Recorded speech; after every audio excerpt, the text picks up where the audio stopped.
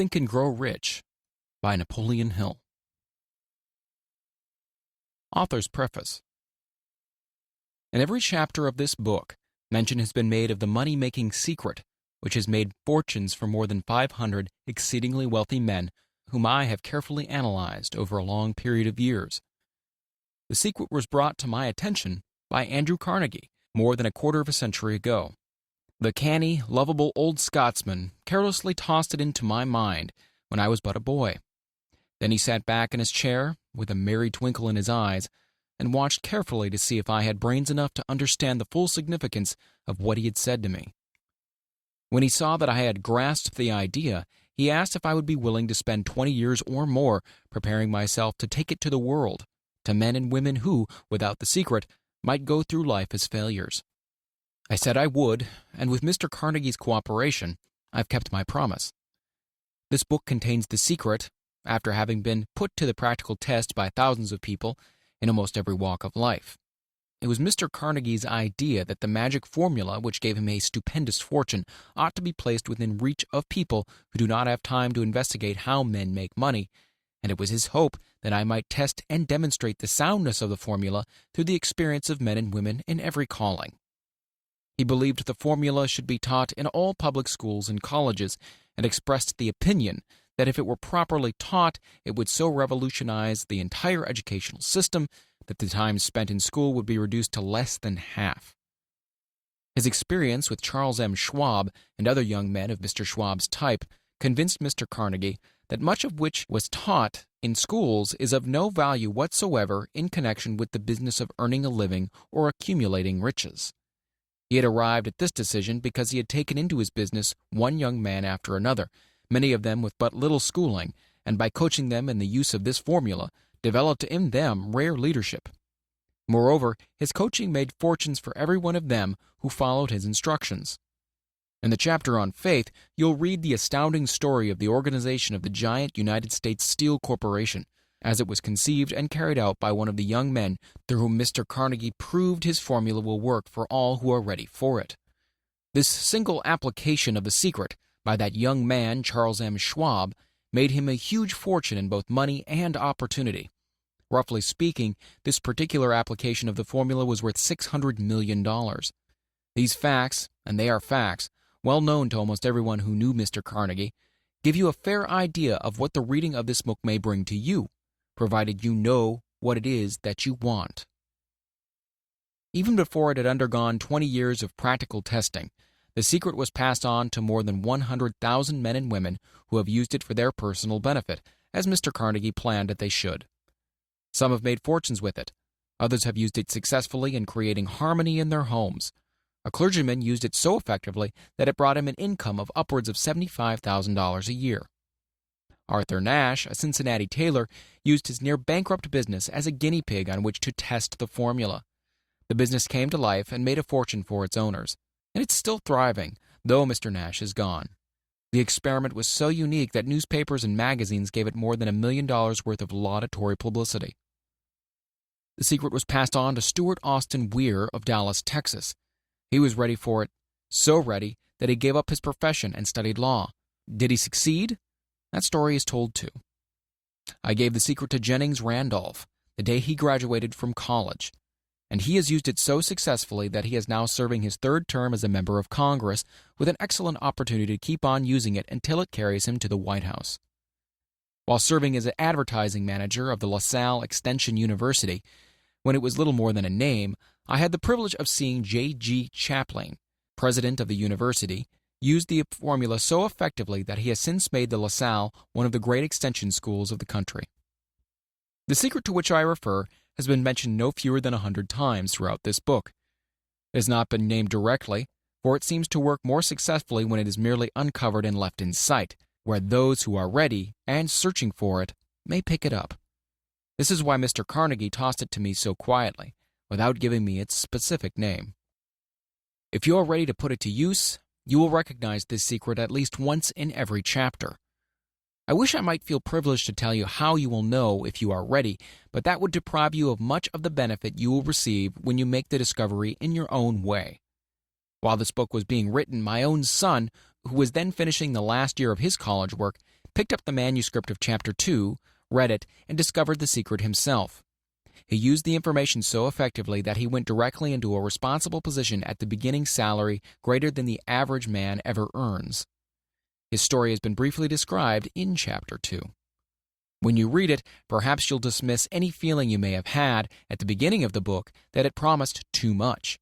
And, too, if you have ever been discouraged, if you have had difficulties to surmount which took the very soul out of you, if you have tried and failed, if you were ever handicapped by illness or physical affliction, this story of my son's discovery and the use of the Carnegie formula may prove to be the oasis in the desert of lost hope for which you have been searching.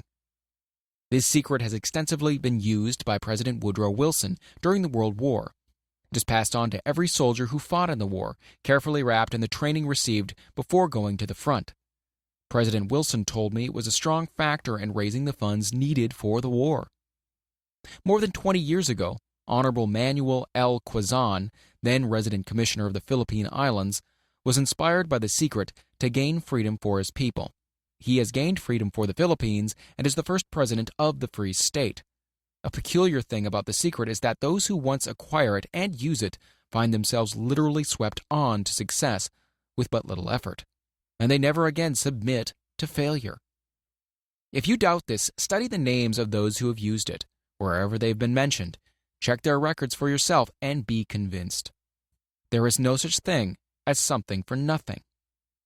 The secret to which I refer can be had without a price, although the price is far less than its value. It cannot be had at any price by those who are not intentionally searching for it. It cannot be given away. It cannot be purchased for money, for the reason that it comes in two parts. One part is already in possession of those who already are ready for it. The secret serves equally well all who are ready for it. Education has nothing to do with it. Long before I was born, the secret had found its way into the possession of Thomas Edison, and he used it so intelligently that he became the world's leading inventor, although he had but 3 months of schooling. The secret was passed on to a business associate of Mr. Edison. He used it so effectively that, although he was then making only $12,000 a year, he accumulated a great fortune and retired from active business while still a young man. You'll find his story at the beginning of the first chapter. It should convince you that riches are not beyond your reach, that you can still be what you wish to be, that money, fame, recognition, and happiness can be had by all who are ready and determined to have these blessings. How do I know these things? You should have the answer before you finish this book. You may find it in the very first chapter or on the last page. While I was performing the 20-year task of research which I had undertaken at Mr. Carnegie's request, I analyzed hundreds of well-known men, many of whom admitted that they have accumulated their vast fortunes through the aid of the Carnegie secret. Among these men were Henry Ford, William Wrigley, Jr., John Wanamaker, James J. Hill, George S. Parker, E. M. Statler, Henry L. Doherty, Cyrus H. K. Curtis, George Eastman, Theodore Roosevelt, John W. Davis, Albert Hubbard, Wilbur Wright, William Jennings Bryan, J. Ogden Armour, Charles M. Schwab, Harris F. Williams, John D. Rockefeller, Thomas Edison, F. W. Woolworth, Woodrow Wilson, W. M. Howard Taft, Dr. Alexander Graham Bell, Arthur Nash, Clarence Darrow. These names represent but a small fraction of the hundreds of well-known Americans whose achievements, financially and otherwise, prove that those who understand and apply the Carnegie secret reach high stations in life. I have never known anyone who was inspired to use the secret who did not achieve noteworthy success in his chosen calling. I have never known any person to distinguish himself or to accumulate riches of any consequence without possession of the secret. From these two facts, I draw the conclusion that the secret is more important as a part of the knowledge essential for self-determination than any which one receives through what is popularly known as education. What is education anyway? This has been answered in full detail. As far as schooling is concerned, many of these men had very little. John Wanamaker once told me that with what little schooling he had, he acquired very much the same manner as a modern locomotive takes on water, by scooping it up as it runs. Henry Ford never reached high school, let alone college. I'm not attempting to minimize the value of schooling, But I am trying to express my earnest belief that those who master and apply the secret will reach high stations, accumulate riches, and bargain with life on their own terms, even if their schooling has been meager. Somewhere, as you read, the secret to which I refer will jump from the page and stand boldly before you, if you're ready for it. When it appears, you'll recognize it. Whether you receive the sign in the first or last chapter, stop for a moment when it presents itself and turn down a glass, for that occasion will mark the most important turning point of your life. We pass now to Chapter 1, and to the story of my dear friend who has generously acknowledged having seen the mystic sign and whose business achievements are evidence enough that he turned down a glass. As you read his story and the others, remember that they deal with the important problems of life, such as all men experience, the problems arising from one's endeavor to earn a living, to find hope, courage, contentment, and peace of mind, to accumulate riches and to enjoy freedom of body and spirit. Remember, too, as you go through the book, that it deals with facts and not with fiction, its purpose being to convey a great universal truth through which all who are ready may learn not only what to do, but also how to do it, and receive as well the needed stimulus to make a start. As a final word of preparation before you begin the first chapter, may I offer one brief suggestion which may provide a clue by which the Carnegie secret may be recognized. It is this: all achievement, all earned riches have their beginning in an idea. If you are ready for the secret, you already possess one half of it. Therefore, will readily recognize the other half the moment it reaches your mind. The author. Chapter 1, Introduction. The man who thought his way into partnership with Thomas A. Edison. Truly, thoughts are things, and powerful things at that, when they are mixed with the definiteness of purpose, persistence, and a burning desire for their translation into riches or other material objects. A little more than 30 years ago, Edwin C. Barnes discovered how true it is that men really do think and grow rich. His discovery did not come out at one sitting, it came little by little, beginning with a burning desire to become a business associate of the great Edison. One of the great characteristics of Barnes's desire was that it was definite. He wanted to work with Edison, not for him. Observe carefully the description how he went about translating this desire into reality, and you'll have a better understanding of the 13 principles which lead to riches. When this desire, or impulse of thought, first flashed into his mind, he was in no position to act upon it. Two difficulties stood in his way. He didn't know Mr. Edison, and he did not have enough money to pay his railroad fare to Orange, New Jersey. These difficulties were sufficient to have discouraged the majority of men from making any attempt to carry out the desire. But this was no ordinary desire. He was so determined to find a way to carry out his desire that he finally decided to travel by blind baggage rather than to be defeated. To the uninitiated, this means he went to East Orange on a freight train. He presented himself at Mr. Edison's laboratory and announced he had come to go into business with the inventor.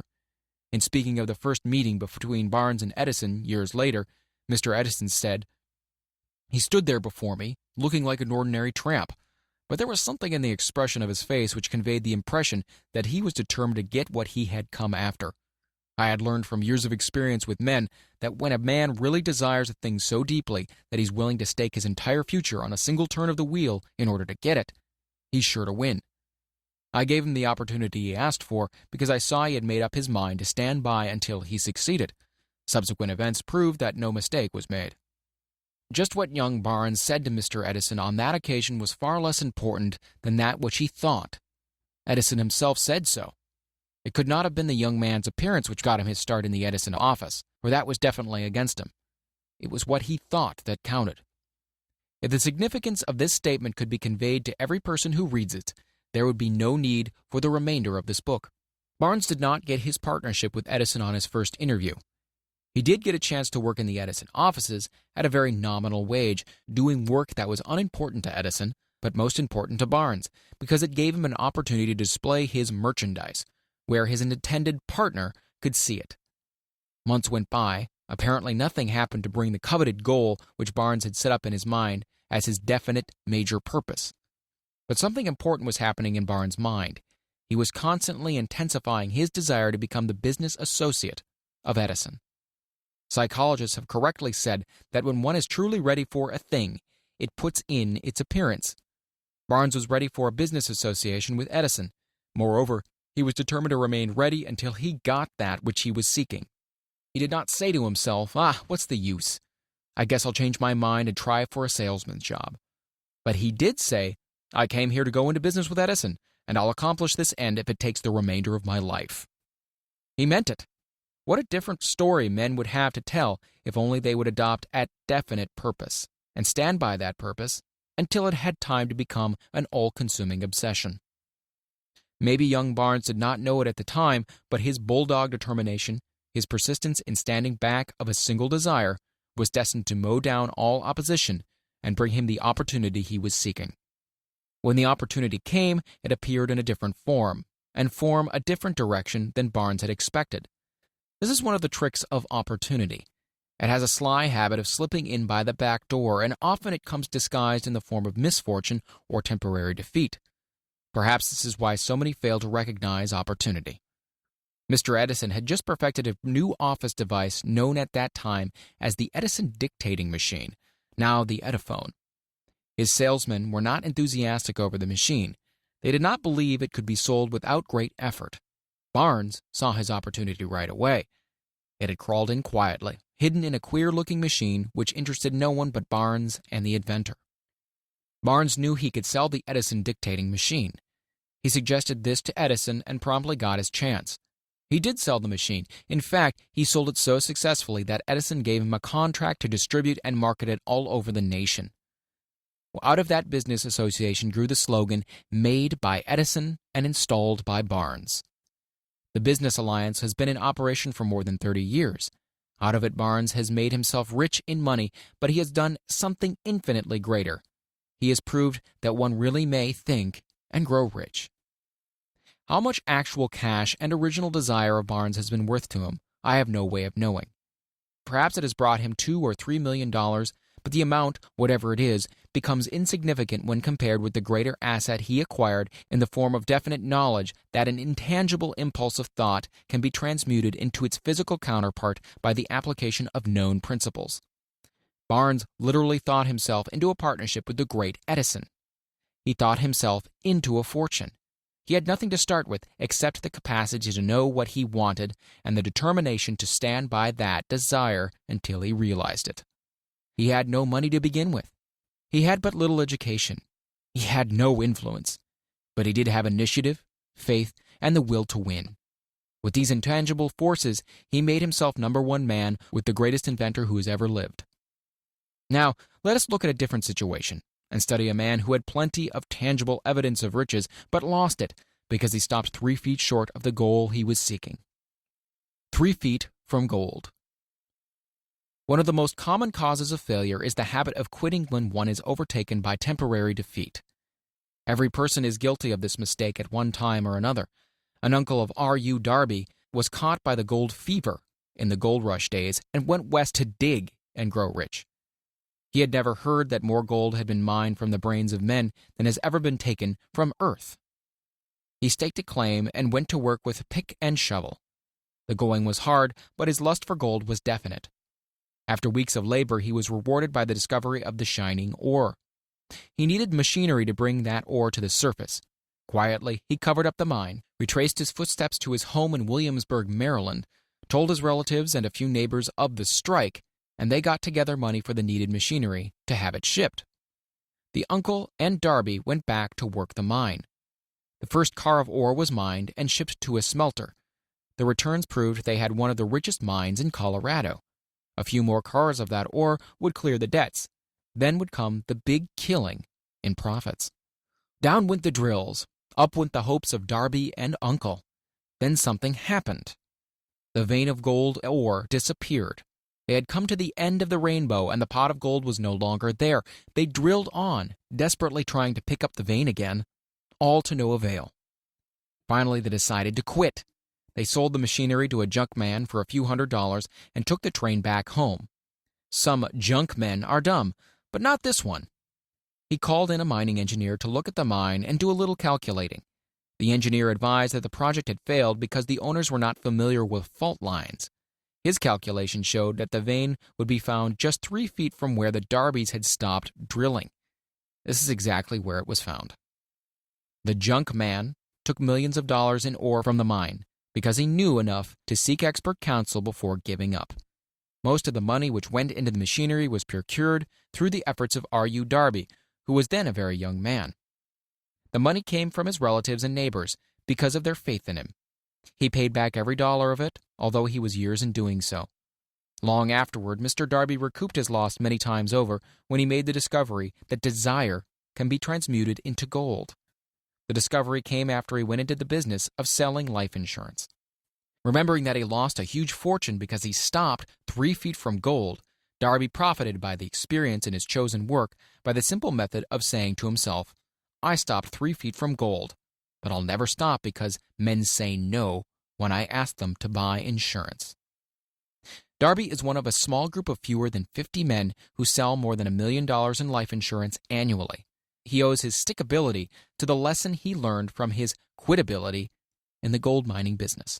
Before success comes in any man's life, he is sure to meet with much temporary defeat and perhaps some failure. When defeat overtakes a man, the easiest and most logical thing to do is to quit. That is exactly what the majority of men do. More than 500 of the most successful men this country has ever known told the author their greatest success came just one step beyond the point at which defeat had overtaken them. Failure is a trickster with a keen sense of irony and cunning. It takes great delight in tripping one when success is almost within reach. A 50-cent lesson in persistence. Shortly after Mr. Darby received his degree from the University of Hard Knocks and had decided to profit by his experience in the gold mining business, he had the good fortune to be present on an occasion that proved to him that no does not necessarily mean no. One afternoon, he was helping his uncle grind wheat in an old-fashioned mill. The uncle operated a large farm on which a number of colored sharecrop farmers lived. Quietly, the door was opened, and a small colored child, the daughter of a tenant, walked in and took her place near the door. The uncle looked up, saw the child, and barked at her roughly. "What do you want?" Meekly the child replied, "My mammy said send her 50 cents. "I'll not do it," the uncle retorted. "Now you run on home." "Yes, sir," the child replied. But she did not move. The uncle went ahead with his work, so busily engaged that he did not pay enough attention to the child to observe that she did not leave. When he looked up and saw her still standing there, he yelled at her, "I told you to go home. Now go, or I'll take a switch to you." The little girl said, "Yes, sir," but she did not budge an inch.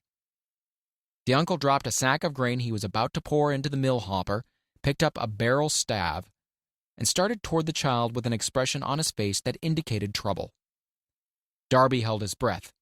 He was certain he was about to witness a murder. He knew his uncle had a fierce temper. He knew that colored children were not supposed to defy white people in that part of the country. When the uncle reached the spot where the child was standing, she quickly stepped forward one step, looked into his eyes, and screamed at the top of her shrill voice, "My mammy's got to have that 50 cents. The uncle stopped, looked at her for a minute, then slowly laid the barrel staff down on the floor, put his hand in his pocket, took out $50 and gave it to her. The child took the money and slowly backed towards the door, never taking her eyes off the man whom she had just conquered. After she had gone, the uncle sat down on a box and looked out the window into space for more than 10 minutes. He was pondering with awe over the whipping he had just taken. Mr. Darby, too, was doing some thinking. That was the first time in his experience that he had seen a colored child deliberately master an adult white person. How did she do it? What happened to his uncle that caused him to lose his fierceness and become as docile as a lamb? What strange power did this child use that made her master over her superior? These and other similar questions flashed into Darby's mind, but he did not find the answer until years later when he told me the story. Strangely, the story of this unusual experience was told to the author in the old mill on the very spot where the uncle took his whipping. Strangely, too, I had devoted nearly a quarter of a century to the study of the power which enabled an ignorant, illiterate colored child to conquer an intelligent man. As we stood there in that musty old mill, Mr. Darby repeated the story of the unusual conquest and finished by asking, "What can you make of it?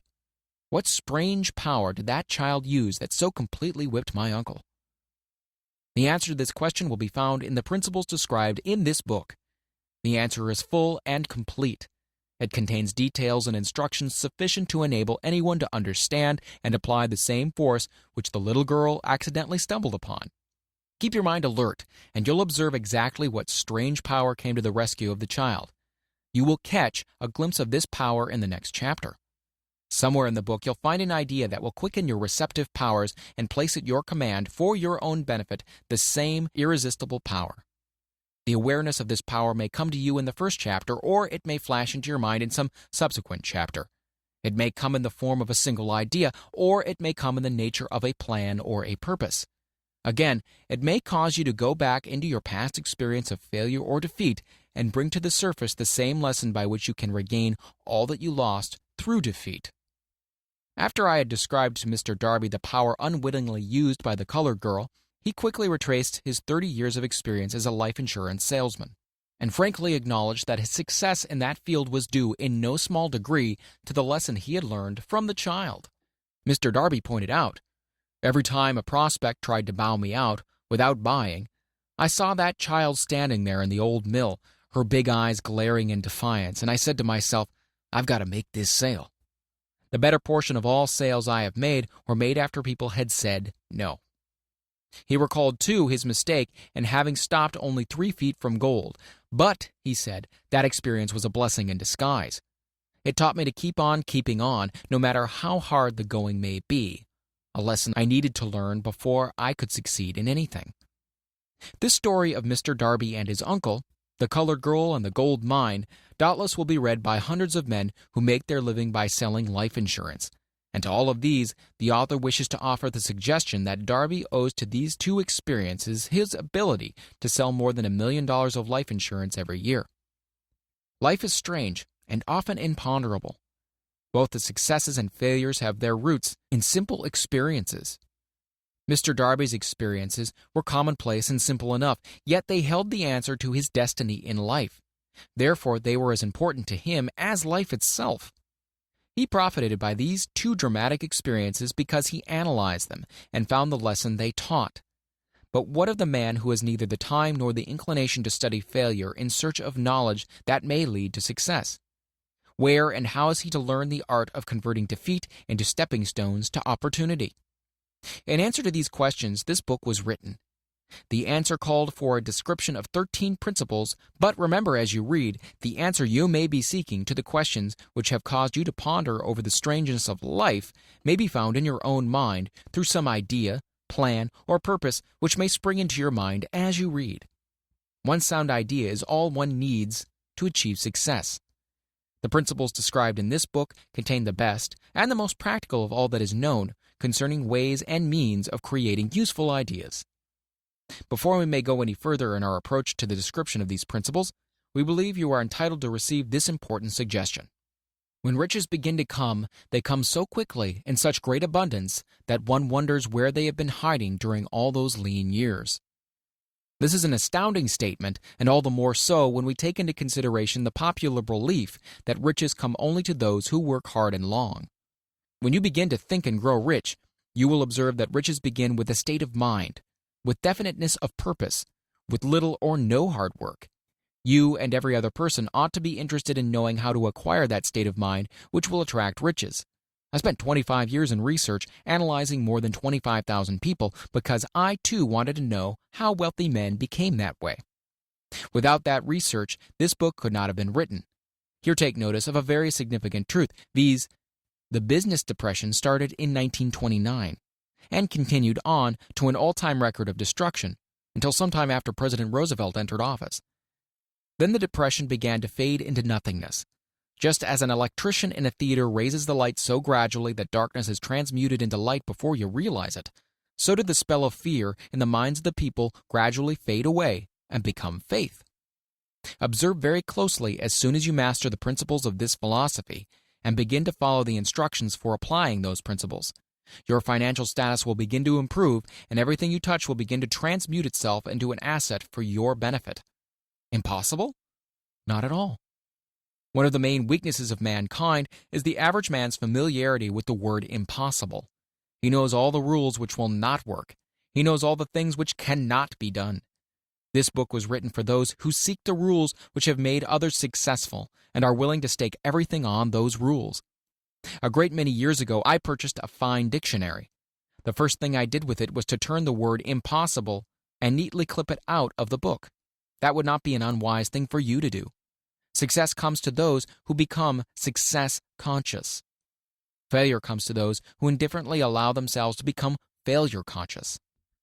The object of this book is to help all who seek it to learn the art of changing their minds from failure consciousness to success consciousness. Another weakness found in altogether too many people is the habit of measuring everything and everyone by their own impressions and beliefs. Some who will read this will believe that no one can think and grow rich. They cannot think in terms of riches because their thought habits have been steeped in poverty, want, misery, failure, and defeat. These unfortunate people remind me of a prominent Chinese person who came to America to be educated in American ways. He attended the University of Chicago.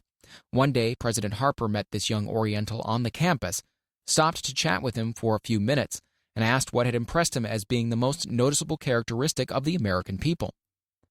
"Why," this Chinese man exclaimed, "the queer slant of your eyes. Your eyes are off slant."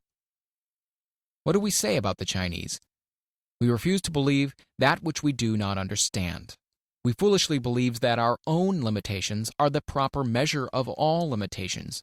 Sure, the other fellow's mans are off slant because they are not the same as our own. Millions of people look at the achievements of Henry Ford after he had arrived and envy him because of his good fortune, or luck, or genius, or whatever it is they credit for Ford's fortune. Perhaps one person in every 100,000 knows the secret of Ford's success, and those who do know are too modest or too reluctant to speak of it because of its simplicity. A single transaction will illustrate the secret perfectly. A few years back, Ford decided to produce his now famous V8 motor. He chose to build an engine with the entire 8 cylinders cast in one block and instructed his engineers to produce a design for the engine. The design was placed on paper, but the engineers agreed to a man that it was simply impossible to cast an 8-cylinder gas engine block in one piece.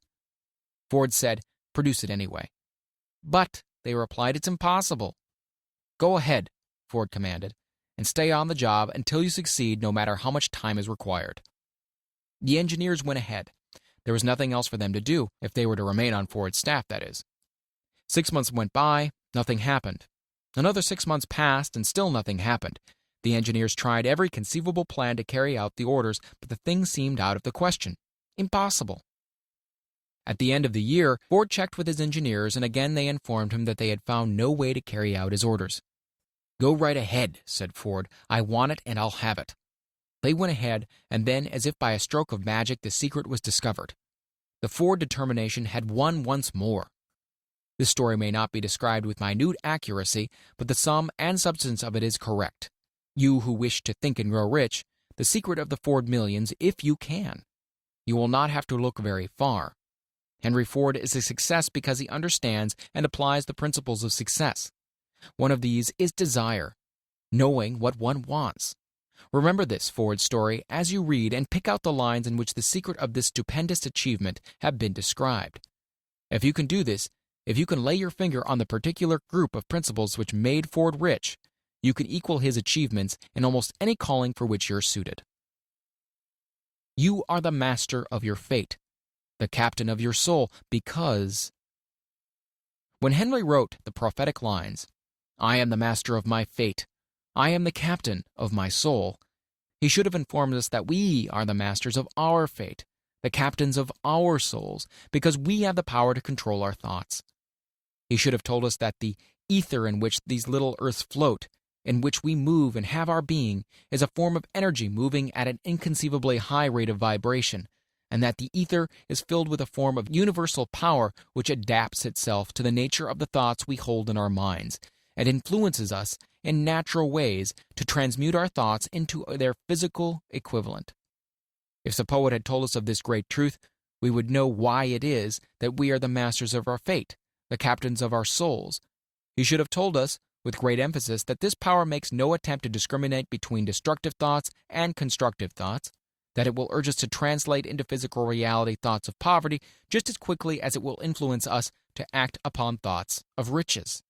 He should have told us, too, that our brains become magnetized with the dominating thoughts which we hold in our minds, and by means with which no man is familiar, these magnets attract to us the forces, the people, the circumstances of life which harmonize with the nature of our dominating thoughts.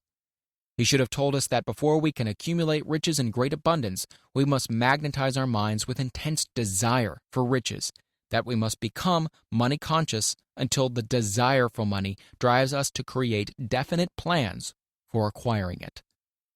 But, being a poet and not a philosopher, Henley contented himself by stating a great truth in poetic form, leaving those who followed him to interpret the philosophical meaning of his lines. Little by little, the truth has unfolded itself until it now appears certain that the principles described in this book hold the secret of mastery over our economic fate. We are now ready to examine the first of these principles. Maintain a spirit of open-mindedness, and remember as you read, they are the invention of no one man. The principles were gathered from the life experiences of more than 500 men who were actually accumulating riches in huge amounts, men who began in poverty and with but little education or influence. The principles worked for these men. You can put them to work for your own enduring benefit. You'll find it easy, not hard to do.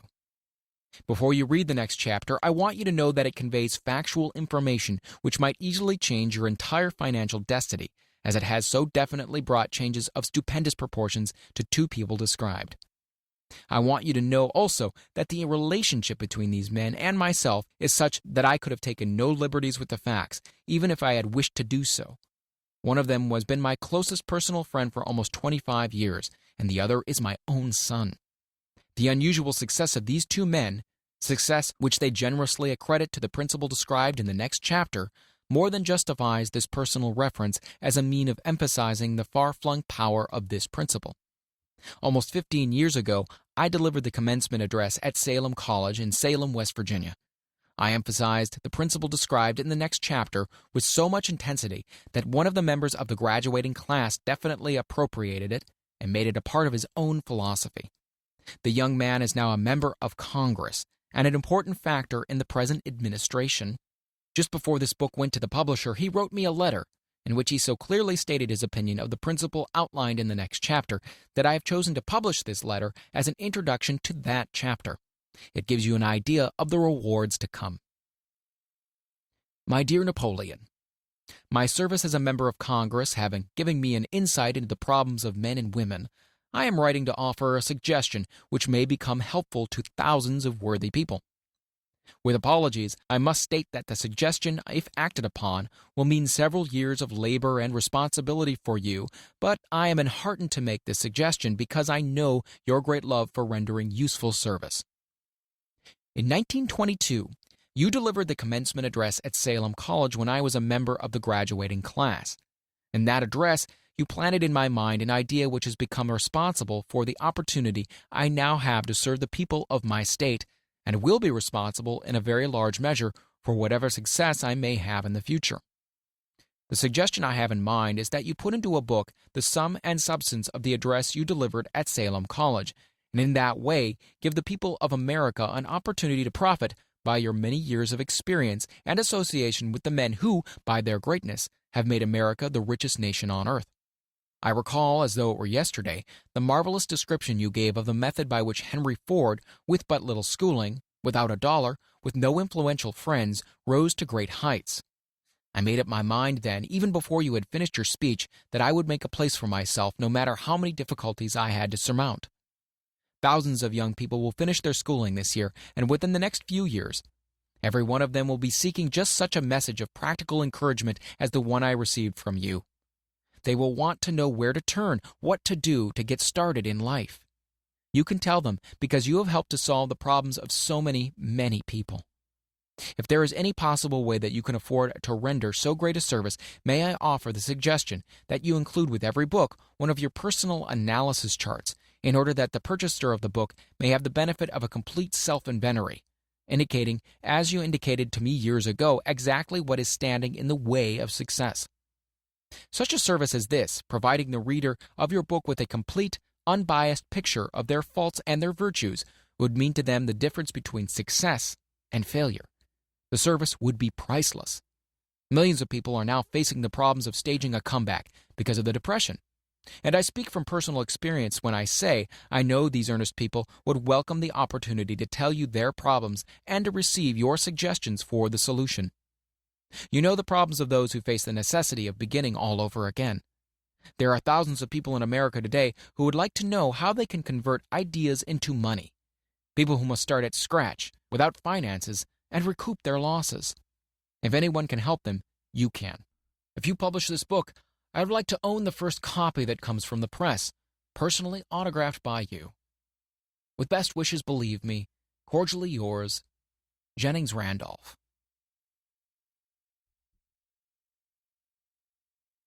Chapter 2.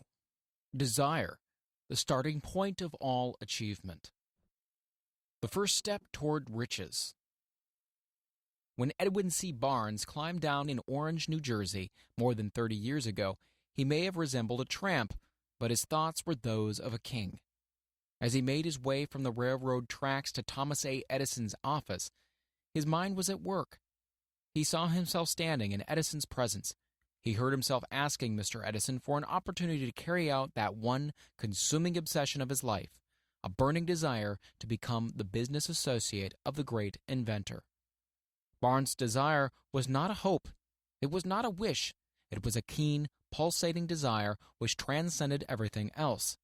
It was definite. The desire was not new when he approached Edison. It had been Barnes' dominating desire for a long time. In the beginning, when the desire first appeared in his mind, it may have been, or probably was, only a wish, but it was no mere wish when he appeared before Edison with it. A few years later, Edwin C. Barnes again stood before Edison in the same office where he first met the inventor. This time his desire had been translated into a reality. He was in business with Edison. The dominating dream of his life had become a reality. Today, people who know Barnes envy him because of the break life yielded him. They see him in the days of his triumph without taking the trouble to investigate the cause of his success. Barnes succeeded because he chose a definite goal, placed all his energy, all his willpower, all his effort, everything back of that goal. He did not become the partner of Edison the day he arrived. He was content to start in the most menial work, as long as it provided an opportunity to take even one step towards his cherished goal. 5 years passed before the chance he had been seeking made its appearance. During all those years, not one ray of hope, not one promise of attainment of his desire had been held out to him. To everyone except himself, he appeared just another cog in the Edison business wheel. But in his own mind, he was the partner of Edison every minute of that time, from the very day he first went to work there. It is a remarkable illustration of the power of a definite desire. Barnes won his goal because he wanted to be a business associate of Mr. Edison more than he wanted anything else. He created a plan by which to attain that purpose, but he burned all bridges behind him. He stood by his desire until it became the dominating obsession of his life and finally a fact. When he went to Orange, he did not say to himself, "I'll try to induce Edison to give me a job of some sort." He said, "No, I will see Edison and put him on notice that I have come to do business with him." He did not say, "Oh, I'll work for a few months, and then if I get no encouragement, I'll just quit and go get a job somewhere else." He did say, "No, I will start anywhere. I will do anything Edison tells me to do, but before I'm through, I will be his associate." He did not say, "I will keep my eyes open for another opportunity in case I fail to get what I want in the Edison organization."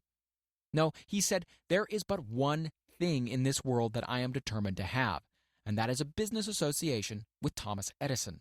I will burn all bridges behind me and stake my entire future on my ability to get what I want." He left himself no possible way of retreat. He had to win or perish. This is all there is to the Barnes story of success. A long while ago, a great warrior faced a situation which made it necessary for him to make a decision which ensured his success on the battlefield. He was about to send his armies against a powerful foe whose men outnumbered his own. He loaded his soldiers into boats, sailed to the enemy's country, unloaded soldiers and equipment, then gave the order to burn the ships that had carried them. Addressing his men before the first battle, he said, "You see the boats going up in smoke. That means that we cannot leave these shores alive unless we win. We now have no choice. We win or we perish."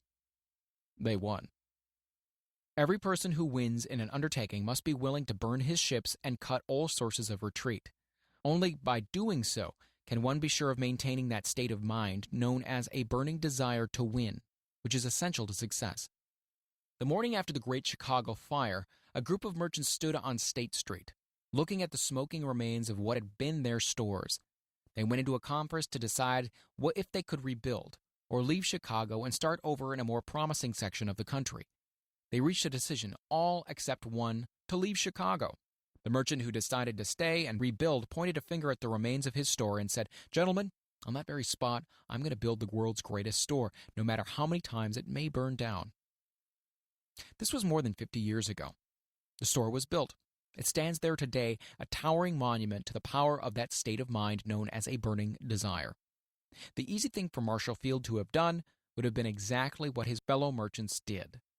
When the going was hard and the future looked dismal, they pulled up and went where the going seemed easier. Mark well this difference between Marshall Field and the other merchants, because it is the same difference which distinguishes Edwin C. Barnes from thousands of other young men who have worked in the Edison organization.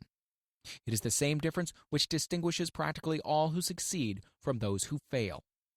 Every human being who reaches the age of understanding of the purpose of money wishes for it. Wishing will not bring riches, but desiring riches with a state of mind that becomes an obsession, then planning definite ways and means to acquire riches, and backing those plans with persistence, which does not recognize failure, will bring riches. The method by which desire for riches can be transmuted into its financial equivalent consists of 6 definite practical steps. These: first, fix in your mind the exact amount of money you desire. It is not sufficient merely to say, "I want plenty of money." First, be definite as to the amount. There is a psychological reason for definiteness, which will be described in a subsequent chapter. Second, determine exactly what you intend to give in return for the money you desire. There is no such reality as something for nothing. Third, establish a definite date when you intend to possess the money you desire. Fourth, create a definite plan for carrying out your desire and begin at once, whether you are ready or not, to put this plan into action. Fifth, write out a clear, concise statement of the amount of money you intend to acquire.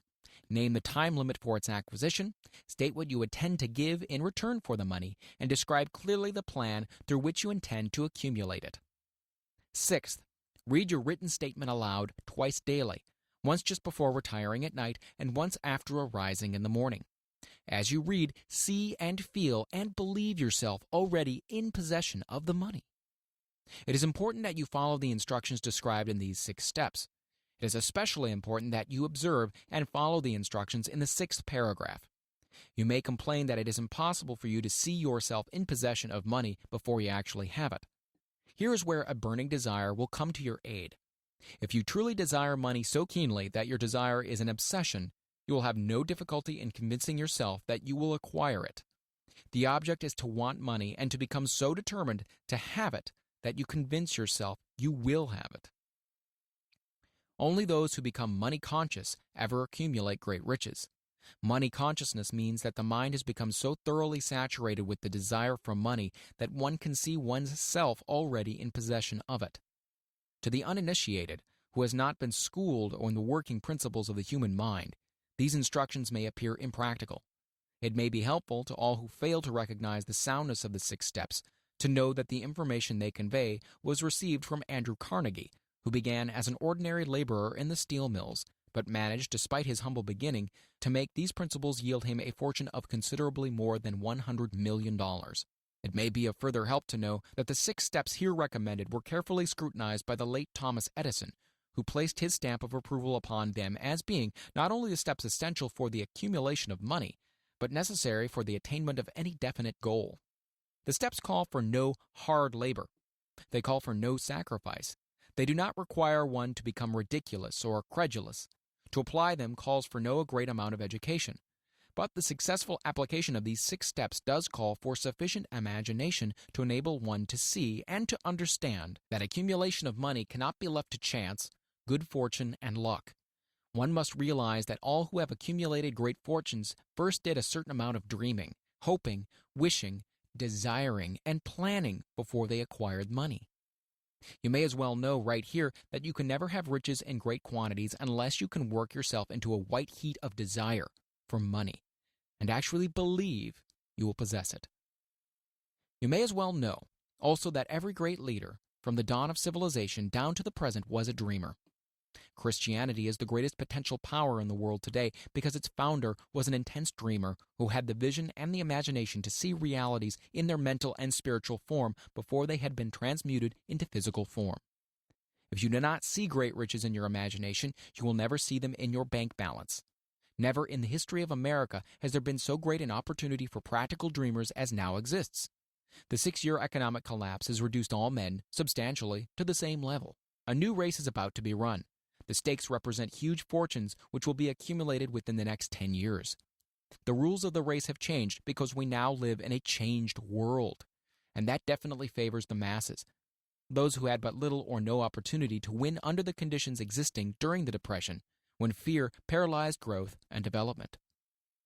We who are in this race for riches should be encouraged to know that this changed world in which we live is demanding new ideas, new ways of doing things, new leaders, new inventions, new methods of teaching, new methods of marketing, new books, new literature, new features for the radio, new ideas for moving pictures. Back of all this demand for new and better things, there is one quality which one must possess to win, and that is definiteness of purpose. The knowledge of what one wants, and a burning desire to possess it. The business depression marked the death of one age and the birth of another. This changed world requires practical dreamers who can and will put their dreams into action. The practical dreamers have always been and always will be the pattern makers of civilization. We who desire to accumulate riches should remember the real leaders of the world always have been men who harnessed and put into practical use the intangible, unseen forces of unborn opportunity, and have converted those forces, or impulses of thought, into skyscrapers, cities, factories, airplanes, automobiles, and every form of convenience that makes life more pleasant. Tolerance and an open mind are practical necessities of the dreamer of today. Those who are afraid of new ideas are doomed before they start. Never has there been a time more favorable to pioneers than the present. True, there is no wild and woolly West to be conquered, as in the days of covered wagon. But there is a vast business, financial, and industrial world to be remolded and redirected along new and better lines. In planning to acquire your share of the riches, let no one influence you to scorn the dreamer. To win the big stakes in this changed world, you must catch the spirit of the great pioneers of the past, whose dreams have given to civilization all that it has of value, the spirit which serves as the lifeblood of your own country, your opportunities, and mine, to develop and market our talents. Let us not forget, Columbus dreamed of an unknown world, staked his life on the existence of such a world, and discovered it. Copernicus, the great astronomer, dreamed of a multiplicity of worlds and revealed them. No one denounced him as impractical after he had triumphed. Instead, the world worshipped at his shrine, thus proving once more that success requires no apologies. Failure permits no alibis.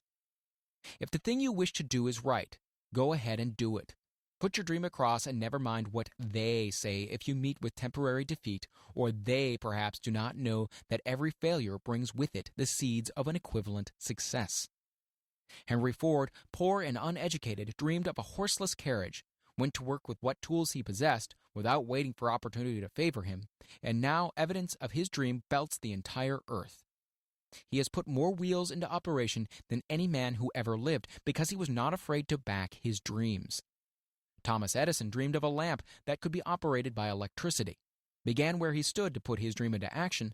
Despite more than 10,000 failures, he stood by that dream until he made it a physical reality. Practical dreamers do not quit. Whelan dreamed of a chain of cigar stores, transformed his dream into action, and now the United Cigar Stores occupy the best corners in America. Lincoln dreamed of freedom for the black slaves, put his dream into action, and barely missed living to see a united North and South translate his dream into reality. The Wright brothers dreamed of a machine that would fly through the air. Now one may see evidence all over the world that they dreamed soundly. Marconi dreamed of a system for harnessing the intangible forces of the ether. Evidence that he did not dream in vain may be found in every wireless and radio in the world. Moreover, Marconi's dream brought the humblest cabin and the most stately manor house side by side. It made the people of every nation on earth backdoor neighbors. It gave the President of the United States a medium by which he may talk to all the people of America at one time and on short notice. It may interest you to know that Marconi's friends had him taken into custody and examined in a psychopathic hospital when he announced he had discovered a principle through which he could send messages through the air without the aid of wires or other direct physical means of communication. The dreamers of today fare better. The world has become accustomed to new discoveries. Nay, it has shown a willingness to reward the dreamer who gives the world a new idea.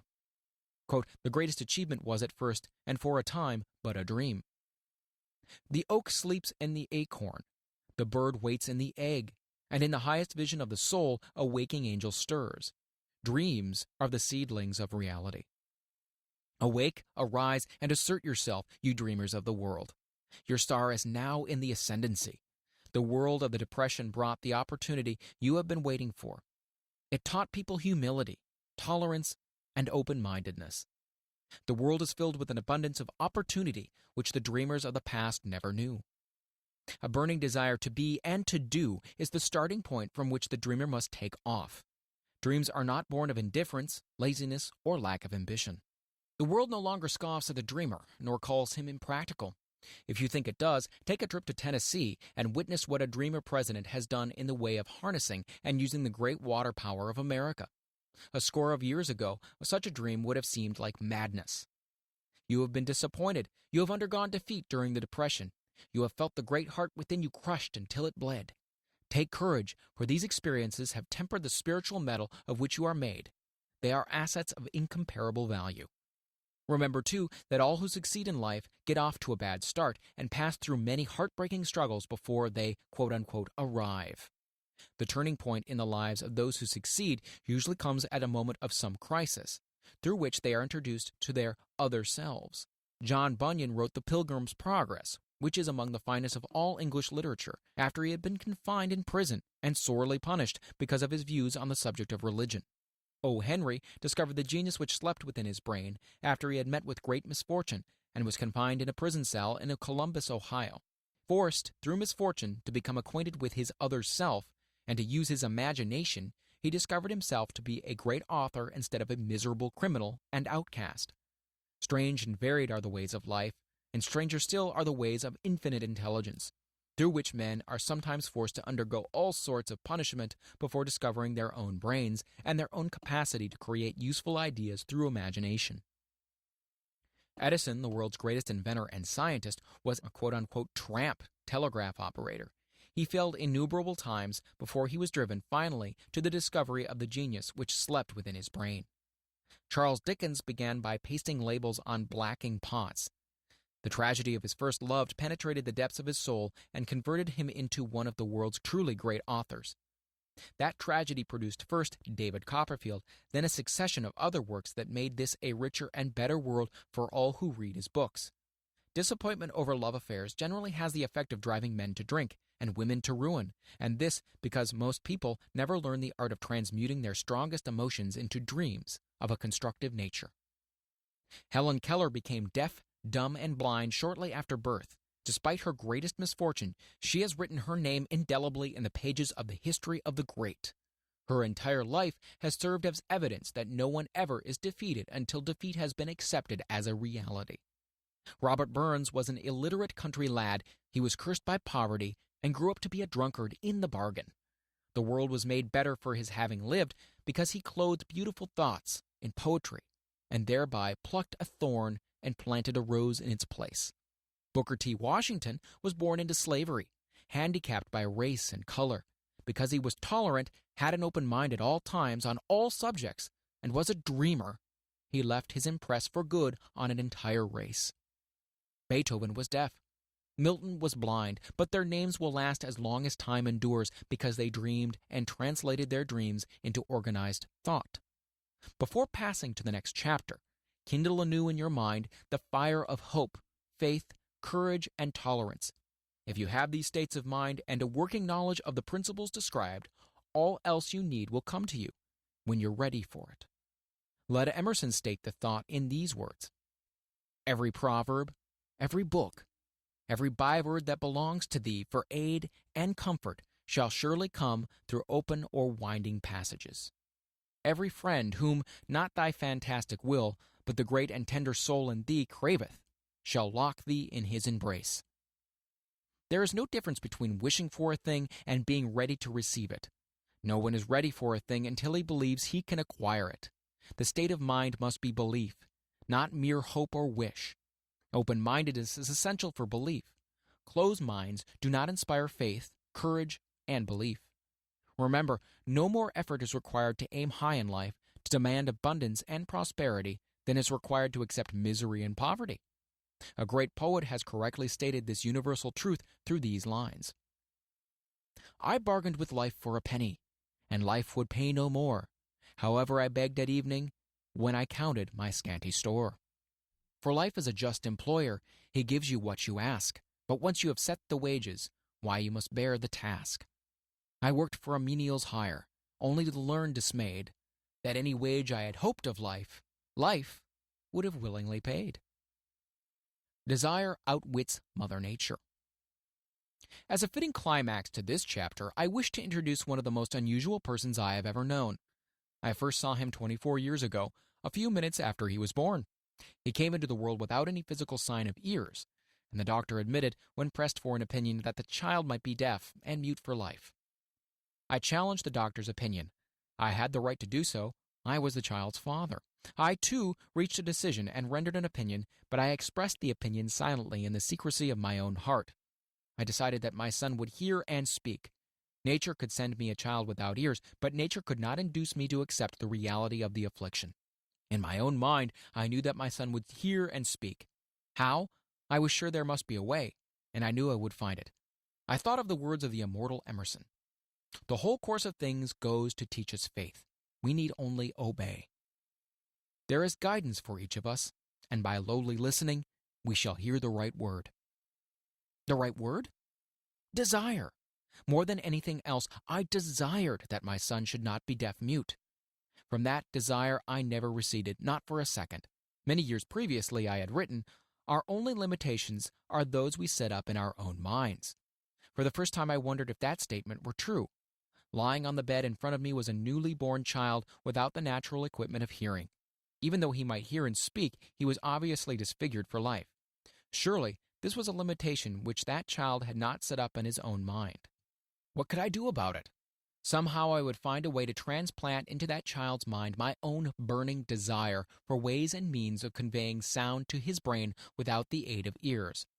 As soon as the child was old enough to cooperate, I would fill his mind so completely with a burning desire to hear that nature would, by methods of her own, translate it into physical reality. All this thinking took place in my own mind, but I spoke of it to no one. Every day I renewed the pledge I had made to myself not to accept a deaf-mute for a son. As he grew older, he began to take notice of things around him. We observed that he had a slight degree of hearing. When he reached the age when children usually begin talking, he made no attempt to speak, but we could tell by his actions that he could hear certain sounds slightly. That was all I wanted to know. I was convinced that if he could hear, even slightly, he might develop still greater hearing capacity. Then something happened that gave me hope, and it came from an entirely unexpected source. We bought a Victrola.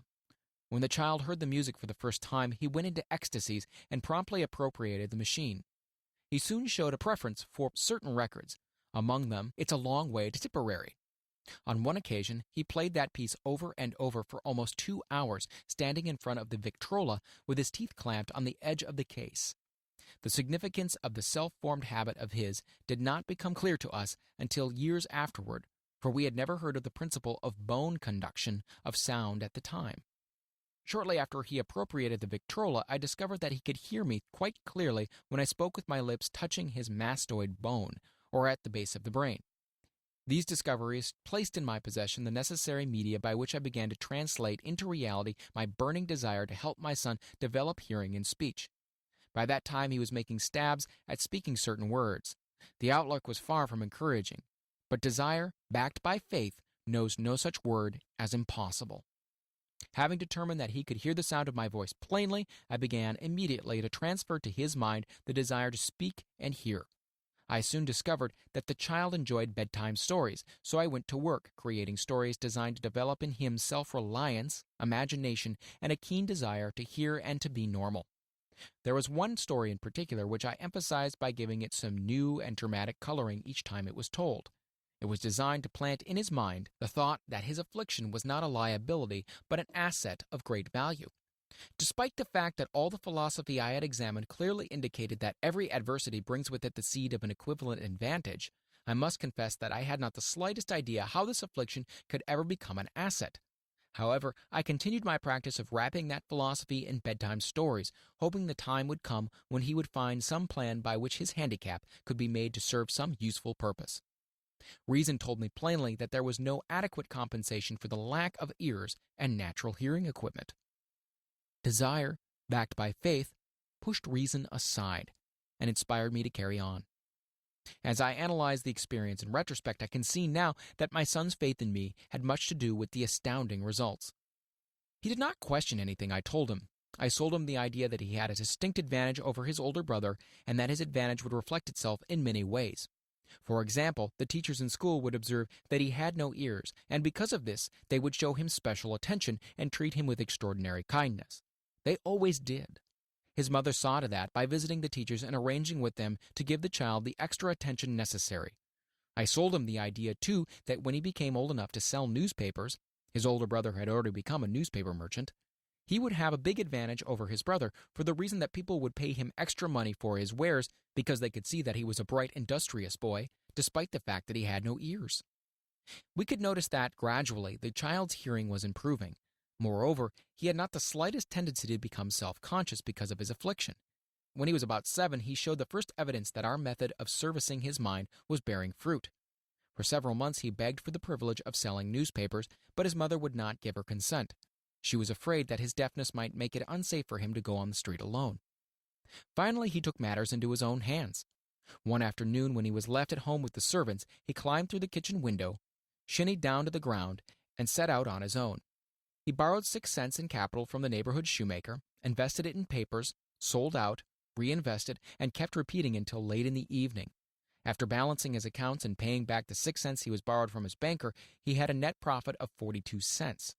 When he got home that night, we found him in bed asleep with the money tightly clenched in his hand. His mother opened his hand, removed the coins, and cried. Of all things, crying over her son's first victory seemed so inappropriate.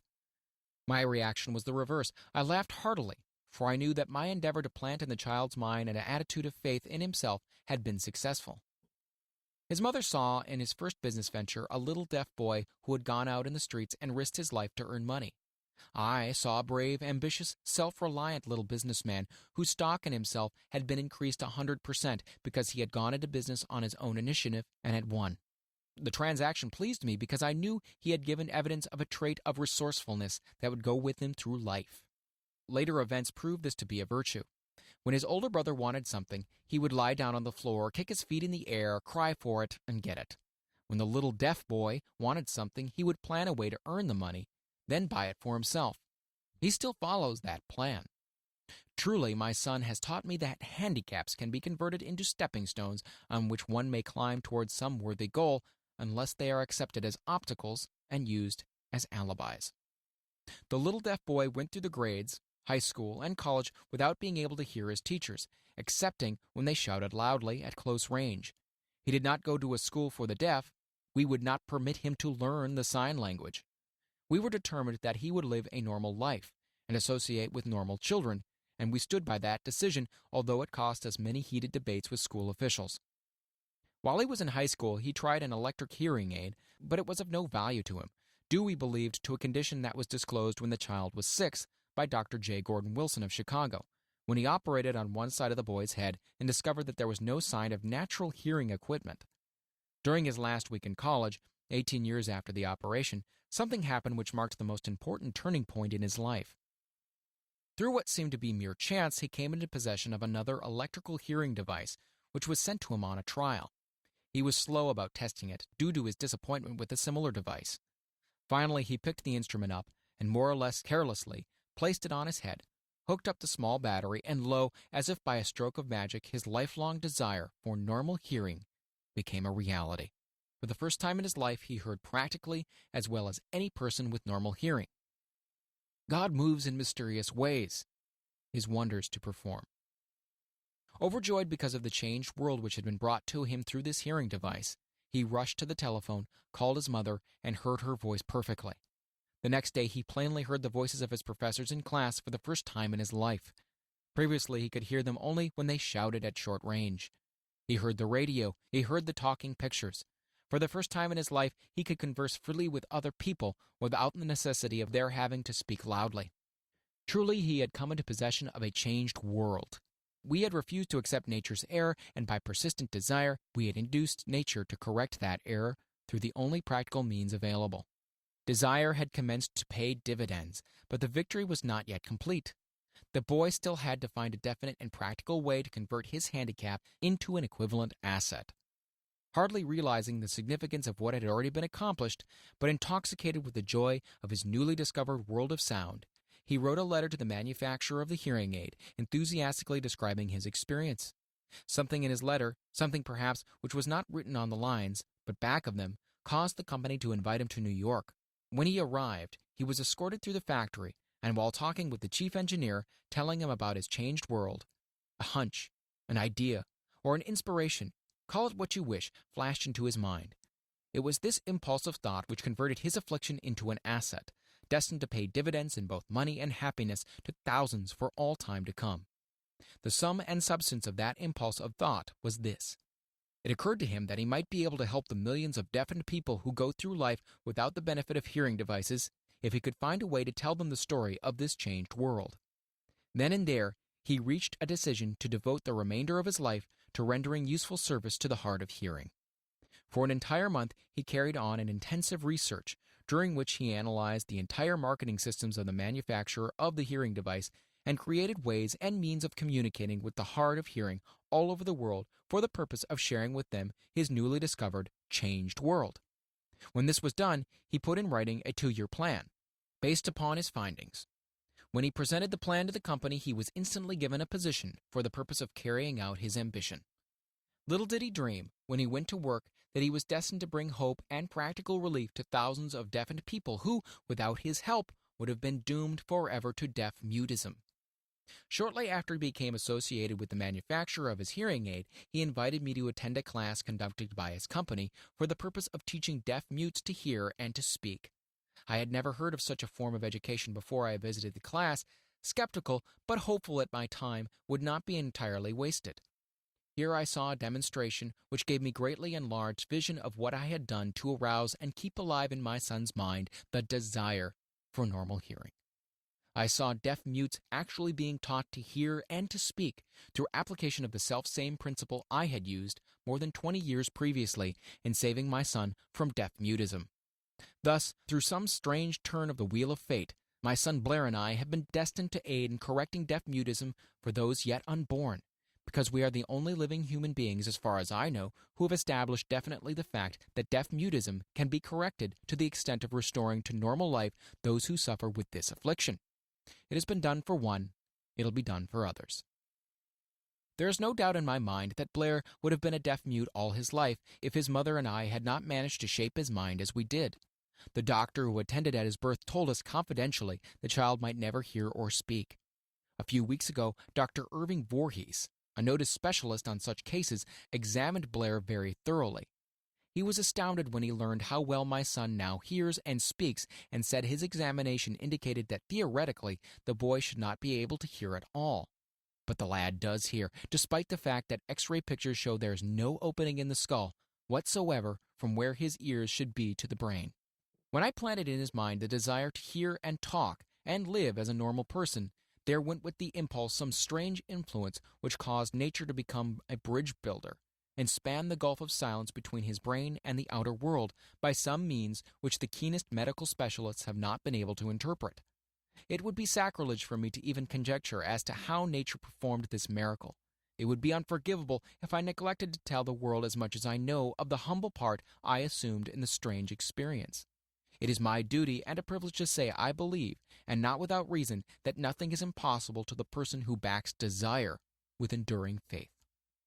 Verily, a burning desire has devious ways of transmuting itself into its physical equivalent. Blair desired normal hearing. Now he has it.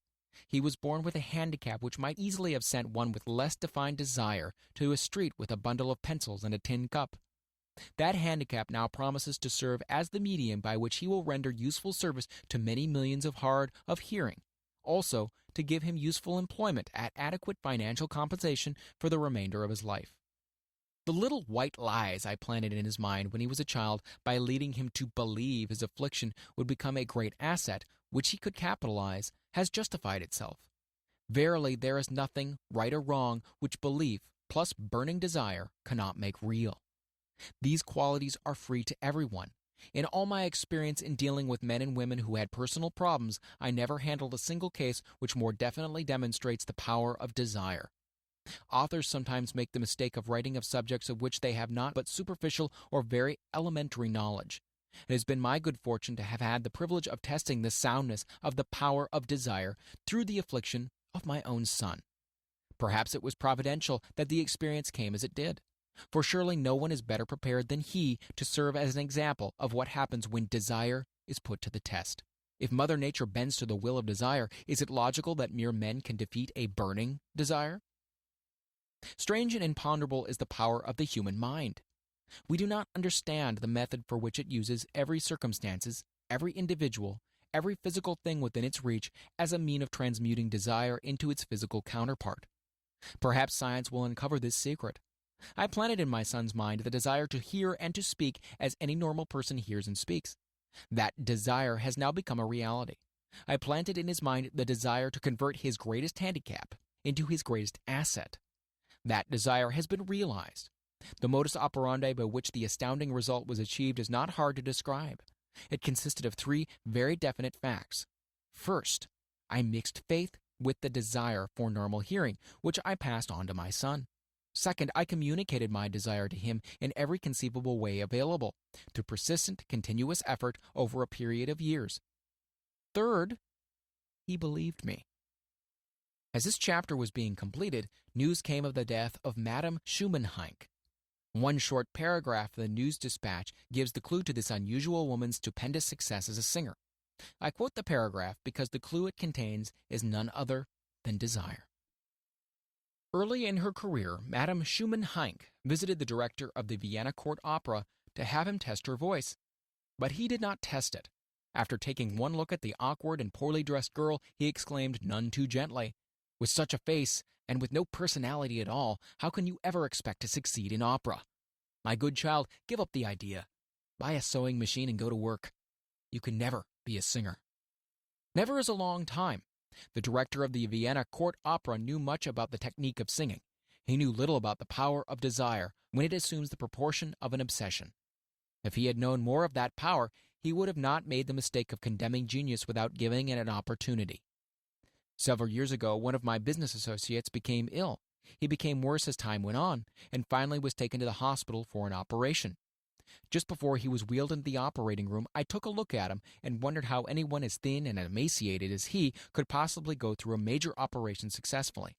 The doctor warned me that there was little of any chance of me ever seeing him alive again. But that was the doctor's opinion. It was not the opinion of the patient. Just before he was wheeled away, he whispered feebly, "Don't be disturbed, Chief. I'll be out of here in a few days." The attending nurse looked at me with pity, but the patient did come through safely. After it was all over, his physician said, "Nothing but his own desire to live saved him. He would never have pulled through if he had not refused to accept the possibility of death." I believe in the power of desire, backed by faith, because I have seen this power lift men from lowly beginnings to places of power and wealth. I have seen it rob the grave of its victims. I have seen it serve as the medium by which men stage a comeback after having been defeated in 100 different ways. I have seen it provide my own son with a normal, happy, successful life, despite nature's having sent him into a world without ears. How can one harness and use the power of desire? This has been answered through this and the subsequent chapters of this book. This message is going out to the world at the end of the longest and perhaps the most devastating depression America has ever known. It is reasonable to presume that the message may come to the attention of many who have been wounded by the depression, those who have lost their fortunes, others who have lost their positions, and great numbers who must recognize their plans and stage a comeback. To all these, I wish to convey the thought that all achievement, no matter what may be its nature or its purpose, must begin with an intense, burning desire for something definite. Through some strange and powerful principle of mental chemistry, which she has never divulged, nature wraps up in the impulse of strong desire that something, quote-unquote, which recognizes no such word as impossible and accepts no such reality as failure. Chapter 3. Faith visualization of and belief in attainment of desire. The second step toward riches. Faith is the head chemist of the mind. When faith is blended with the vibration of thought, the subconscious mind instantly picks up the vibration, translates it into spiritual equivalents, and transmits it to the infinite intelligence, as in the case of prayer. The emotions of faith, love, and sex are the most powerful of all the major positive emotions. When the three are blended, they have the effect of coloring the vibration of thought in such a way that it instantly reaches the subconscious mind, where it is changed into its spiritual equivalent, the only form that induces a response from the infinite intelligence. Love and faith are psychic, related to the spiritual side of man. Sex is purely biological and related only to the physical. The mixing or blending of these three emotions has the effect of opening a direct line of communication between the finite, thinking mind of man and infinite intelligence. How to develop faith. There comes now a statement which will give a bigger or better understanding of the importance the principle of autosuggestion assumes in the transmutation of desire into its physical or monetary equivalent. Namely, faith is a state of mind which may be induced or created by affirmation or repeated instructions to the subconscious mind through the principle of autosuggestion. As an illustration, consider the purpose for which you are presumably reading this book. The object is naturally to acquire the ability to transmute the intangible thought impulse of desire into its physical counterpart, money. By following the instructions laid down in the chapters on autosuggestion and the subconscious mind, as summarized in the chapter on autosuggestion, you may convince the subconscious mind that you believe you will receive that for which you ask, and it will act upon that belief, which your subconscious mind passes back to you in the form of faith, followed by definite plans for procuring that which you desire. The method by which one develops faith where it does not already exist is extremely difficult to describe, almost as difficult, in fact, as it would be to describe the color of red to a blind man who has never seen color and has nothing with which to compare what you describe to him. Faith is a state of mind which you may develop at will after you have mastered the 13 principles, because it is a state of mind which develops voluntarily through application and use of these principles. Repetition of affirmation of orders to your subconscious mind is the only known method of voluntary development of the emotion of faith. Perhaps the meaning may be made clearer through the following explanation as to the way men sometimes become criminals. Stated in the words of a famous criminologist, when men first come into contact with crime, they abhor it. If they remain in contact with crime for a time, they become accustomed to it and endure it. When they remain in contact with it for long enough, they finally embrace it and become influenced by it. This is the equivalent of saying that any impulse of thought which is repeatedly passed on to the subconscious mind is, finally, accepted and acted upon by the subconscious mind, which proceeds to translate that impulse into its physical equivalent by the most practical procedure available. In connection with this, consider again the statement, all thoughts which have been emotionalized, given feeling, and mixed with faith, begin immediately to translate themselves into their physical equivalent or counterpart. The emotions, or the feeling portion of thoughts, are the factors which give thoughts vitality, life, and action. The emotions of faith, love, and sex, when mixed with any thought impulse, give it greater action than any of these emotions can do singly. Not only thought impulses which have been mixed with faith, but those which have been mixed with any of the positive emotions or any of the negative emotions may reach and influence the subconscious mind. From this statement, you will understand that the subconscious mind will translate into its physical equivalent a thought impulse of a negative or destructive nature, just as readily as it will act upon the thought impulses of a positive or constructive nature. This accounts for the strange phenomenon so many millions of people experience, referred to as misfortune or bad luck. There are millions of people who believe themselves doomed to poverty and failure because of some strange force over which they believe they have no control. They are the creators of their own misfortunes because of this negative belief, which is picked up by the subconscious mind and translated into its physical equivalent. This is an appropriate place at which to suggest again that you may benefit by passing on to your subconscious mind any desire which you wish translated into its physical or monetary equivalent, in a state of expectancy or belief that transmutation will actually take place. Your belief or faith is the element which determines the action of your subconscious mind. There is nothing to hinder you from deceiving your subconscious mind when giving it instructions through autosuggestion, just as I deceived, quote-unquote, my son's subconscious mind. To make this deceit more realistic, conduct yourself just as you would if you were already in possession of the material thing which you are demanding when you call upon your subconscious mind. The subconscious mind will transmute into its physical equivalent by the most direct and practical media available any order which is given to it in a state of belief or faith that the order will be carried out. Surely, enough has been stated to give a starting point from which one may, through experiment and practice, acquire the ability to mix faith with any order given to the subconscious mind. Perfection will come through practice. It cannot come by merely reading instructions. If it be true that one may become a criminal by association with crime, and this is a known fact, it's equally true that one may develop faith by voluntarily suggesting to the subconscious mind that one has faith. The mind comes finally to take on the nature of the influences which dominate it. Understand this truth, and you will know why it is essential for you to encourage the positive emotions as dominating forces of your mind, and discourage and eliminate negative emotions. A mind dominated by positive emotions becomes a favorable abode for the state of mind known as faith. A mind so dominated may at will give the subconscious mind instructions, which it will accept and act upon immediately. Faith is a state of mind which may be induced by autosuggestion. All down the ages, religionists have admonished struggling humanity to have faith in this, that, and other dogma or creed, but they have failed to tell people how to have faith. They have not stated that faith is a state of mind and that it may be induced by self-suggestion. In language which any normal human being can understand, we will describe all that is known about the principle through which faith may be developed, where it does not already exist. Have faith in yourself, faith in the infinite. Before we begin, you should be reminded again that faith is the eternal elixir which gives life, power, and action to the impulse of thought. The foregoing sentence is worth reading a second time, and a third, and a fourth. It is worth reading aloud. Faith is the starting point of all accumulation of riches. Faith is the basis of all miracles and all mysteries which cannot be analyzed by the rules of science. Faith is the only known antidote for failure. Faith is the element, the chemical, which, when mixed with prayer, gives one direct communication with infinite intelligence. Faith is the element which transforms the ordinary vibration of thought created by the finite mind of man into the spiritual equivalent.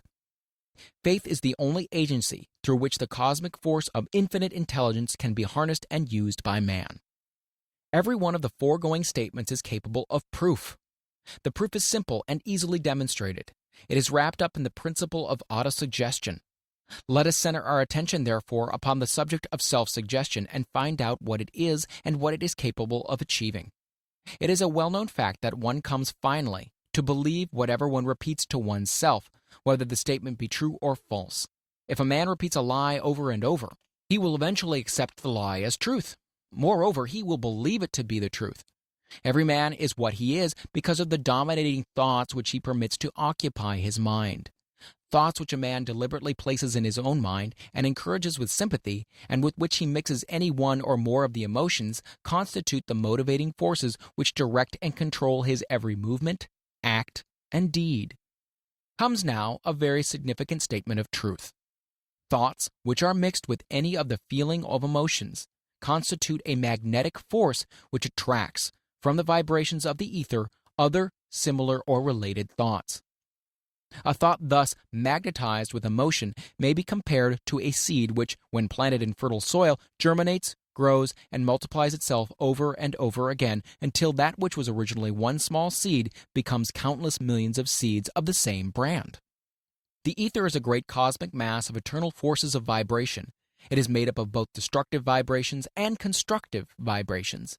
It carries at all times vibrations of fear, poverty, disease, failure, misery, and vibrations of prosperity, health, success, and happiness, just as surely as it carries the sound of hundreds of orchestrations of music and hundreds of human voices, all of which maintain their own individuality and means of identification through the medium of radio. From the great storehouse of the ether, the human mind is constantly attracting vibrations which harmonize with that which dominates the human mind. Any thought, idea, plan, or purpose which one holds in one's mind attracts, from the vibrations of the ether, a host of its relatives, adds these relatives to its own force, and grows until it becomes the dominating, motivating master of the individual in whose mind it has been housed. Now let us go back to the starting point and become informed as to how the original seed of an idea, plan, or purpose may be planted in the mind. The information is easily conveyed. Any plan, idea, or purpose may be placed in the mind through repetition of thought. This is why you are asked to write out a statement of your major purpose, or definite chief aim, commit it to memory, and repeat it in audible words day after day until these vibrations of sound have reached your subconscious mind. We are what we are because of the vibrations of thought which we pick up and register through the stimuli of our daily environment. Resolve to throw off the influences of any unfortunate environment and to build your own life to order. Taking inventory of mental assets and liabilities, you will discover that your greatest weakness is a lack of self-confidence. This handicap can be surmounted and timidity translated into courage through the aid of the principle of autosuggestion. The application of this principle may be made through a simple arrangement of positive thought impulses stated in writing, memorized and repeated until they become a part of the working equipment of the subconscious faculty of your mind. Self-confidence formula. First, I know that I have the ability to achieve the object of my definite purpose in life. Therefore, I demand of myself persistent, continuous action towards its attainment, and I here and now promise to render such action. Second, I realize that the dominating thoughts of my mind will eventually reproduce themselves in outward physical action and gradually transform themselves into physical reality. Therefore, I will concentrate my thoughts for 30 minutes daily upon the task of thinking of the person I intend to become, thereby creating in my mind a clear mental picture of that person. Third, I know through the principle of autosuggestion, any desire that I persistently hold in my mind will eventually seek expression through some practical means of attaining the object back of it. Therefore, I will devote 10 minutes a day to demanding of myself the development of self-confidence. Fourth, I have clearly written down a description of my definite chief aim in life, and I will never stop trying until I have developed sufficient self-confidence for its attainment. Fifth, I fully realize that no wealth or position can long endure unless built upon truth and justice.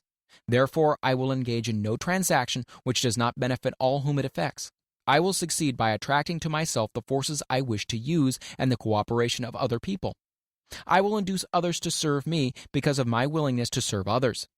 I will eliminate hatred, envy, jealousy, selfishness, and cynicism by developing love for all humanity, because I know that a negative attitude towards others can never bring me success. I will cause others to believe in me because I will believe in them and in myself. I will sign my name to this formula, commit it to memory, and repeat it aloud once a day with full faith that it will gradually influence my thoughts and actions so that I will become a self-reliant and successful person. Because this formula is a law of nature which no man has yet been able to explain, it has baffled the scientists of all ages. The psychologists have named this law autosuggestion and let it go at that. The name by which one calls this law is of little importance. The important fact about it is that it works for the glory and success of mankind, if, that is, it is used constructively. On the other hand, if used destructively, it will destroy just as readily. In this statement may be found a very significant truth, namely that those who go down in defeat and end their lives in poverty, misery, and distress do so because of negative application of the principle of autosuggestion. The cause may be found in the fact that all impulses of thoughts have a tendency to close themselves in their physical equivalent.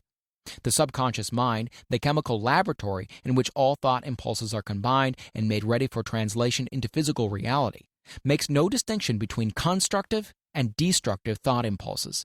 It works with the material we feed it, through our thought impulses. The subconscious mind will translate into reality a thought driven by fear just as readily as it translates into reality a thought driven by courage or faith. The pages of medical history are rich with illustrations of cases of suggestive suicide. A man may commit suicide through negative suggestion just as effectively as by any other means. In a Midwestern city, a man by the name of Joseph Grant, a bank official, borrowed a large sum of the bank's money without the consent of the directors. He lost the money through gambling. One afternoon, the bank examiner came and began to check the accounts. Grant left the bank, took a room in a hotel, and when they found him 3 days later, he was lying in bed, wailing and moaning, repeating over and over again these words, "My God, this'll kill me. I cannot stand the disgrace." In a short time, he was dead. The doctors pronounced the case one of mental suicide. Just as electricity will turn the wheels of industry and render useful service if used constructively, or snuff out life if wrongly used, so will the law of autosuggestion lead you to peace and prosperity, or down into the valley of misery, failure, death, according, that is, to your degree of understanding and application of it. If you fill your mind with fear, doubt, and unbelief in your ability to connect with and use the forces of infinite intelligence, the law of autosuggestion will take the spirit of unbelief and use it as a pattern by which your subconscious mind will translate it into its physical equivalent. This statement is as true as the statement that 2 and 2 are 4. Like the wind which carries one ship east and another west, the law of autosuggestion will lift you up or pull you down according to the way you set your sails of thought. The law of autosuggestion, through which any person may rise to the altitudes of achievement which stagger the imagination, is well described in the following verse. If you think you are beaten, you are. If you dare not, you don't. If you like to win but think you can't, it is almost certain you won't. If you think you'll lose, you're lost. For out of the world we find, success begins with a fellow's will. It's all in the state of mind.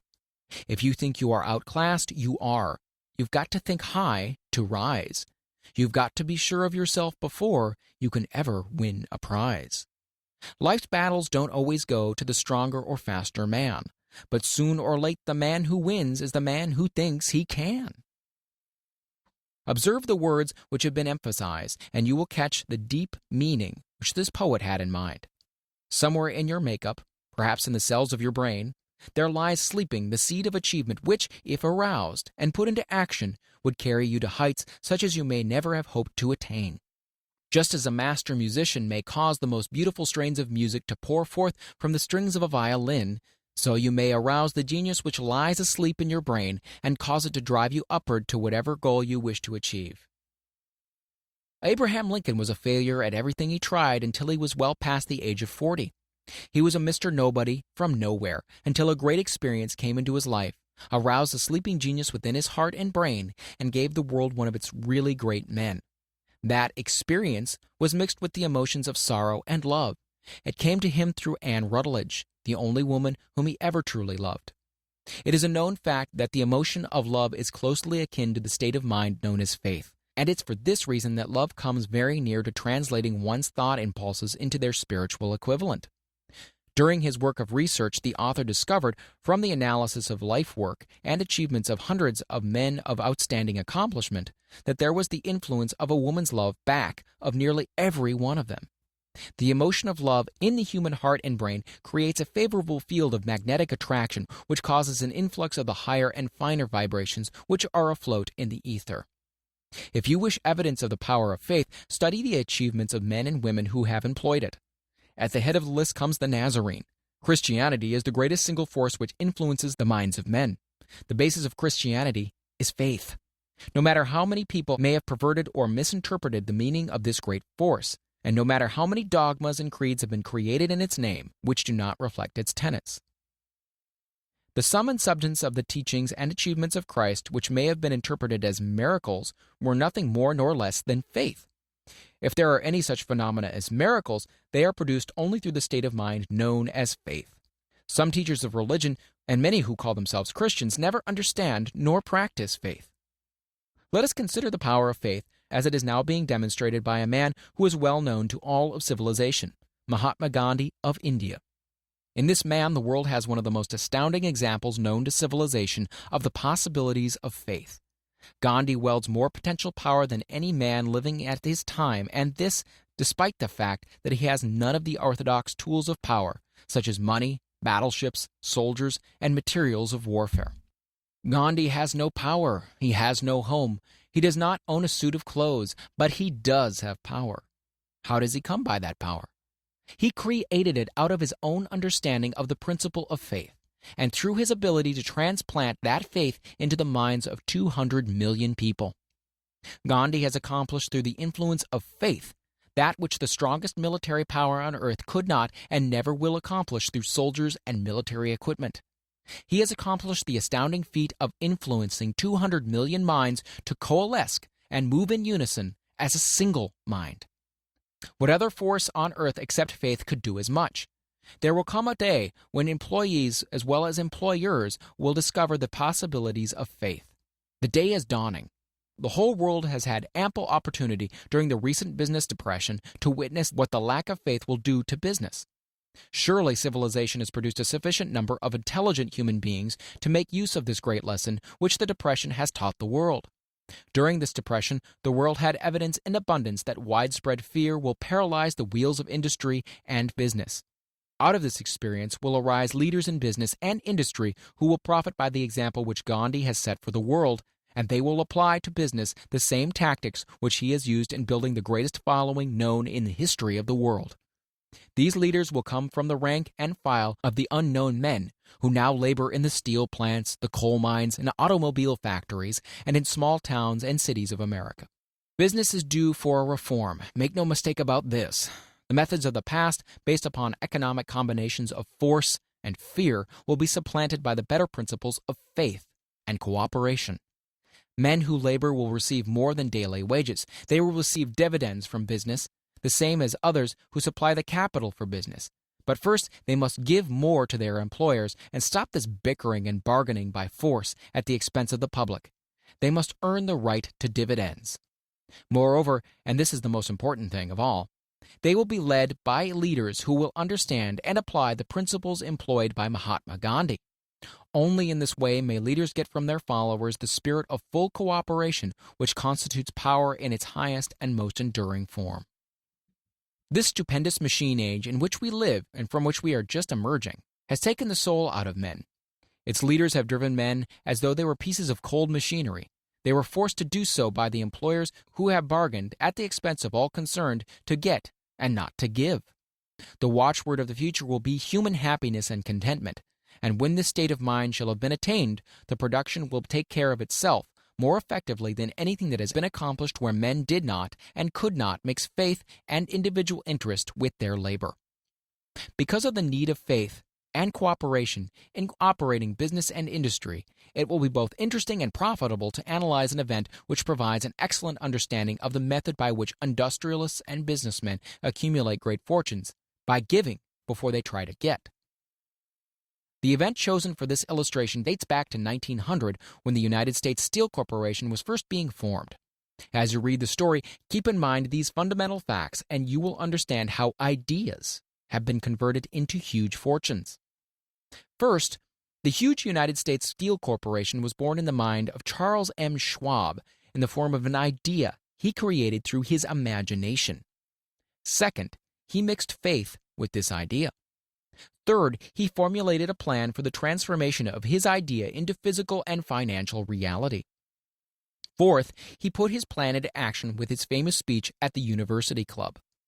Fifth, he applied and followed through on his plan with persistence and backed it with a firm decision until it had been fully carried out. Sixth, he prepared the way for success by a burning desire for success. If you are one of those who have often wondered how great fortunes are accumulated, this story of the creation of the United States Steel Corporation will be enlightening.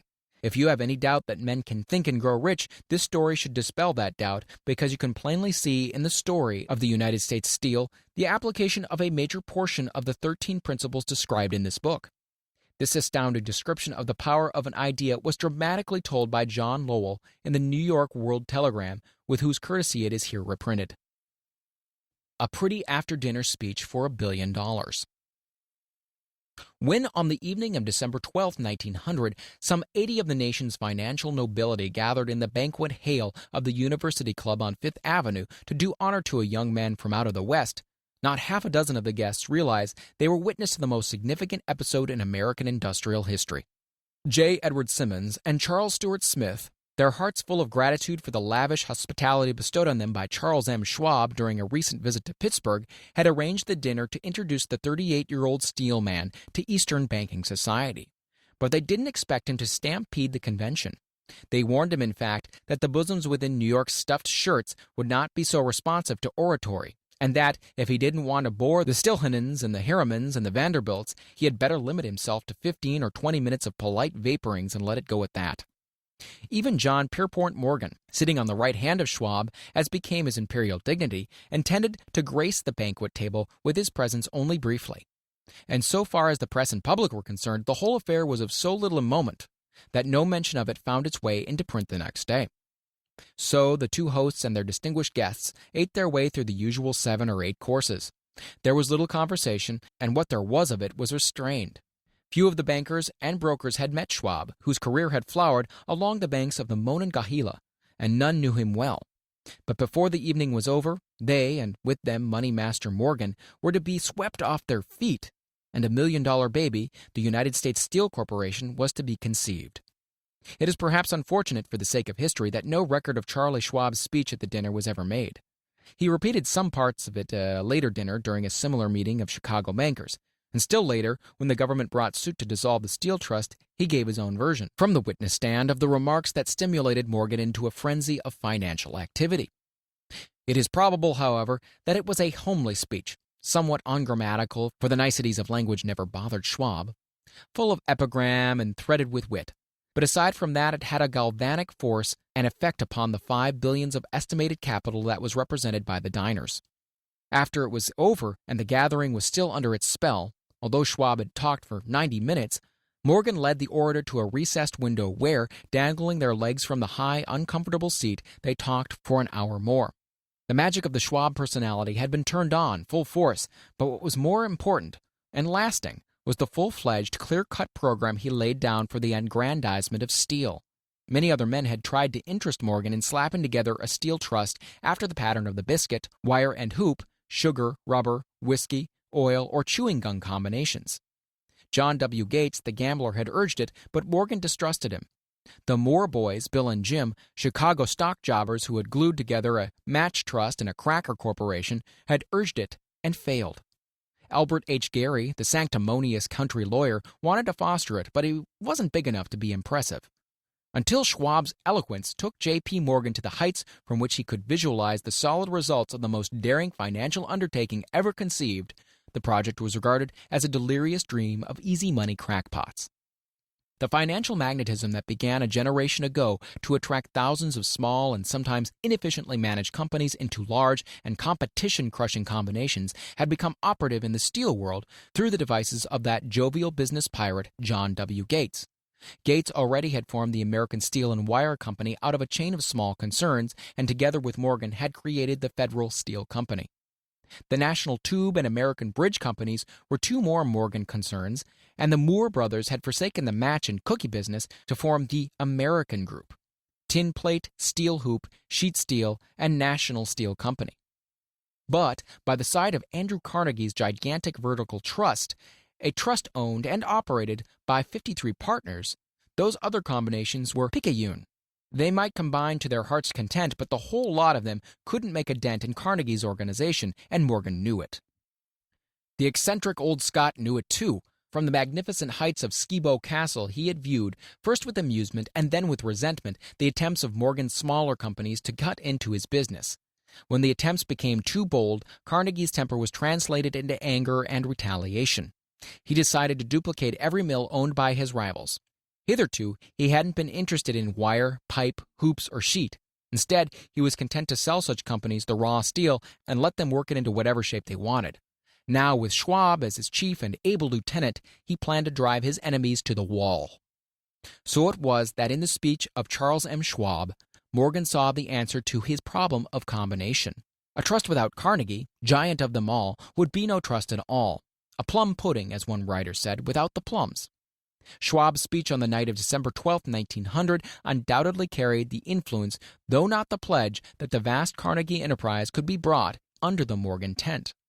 He talked of the world future for steel, of reorganization for efficiency, of specialization, of the scrapping of unsuccessful mills and concentration of effort on the flourishing properties, of economies in the ore traffic, of economies in overhead and administrative departments, of capturing foreign markets. More than that, he told the buccaneers among them wherein lay the errors of their customary piracy. Their purposes, he inferred, had been to create monopolies, raise prices, and pay themselves fat dividends out of privilege.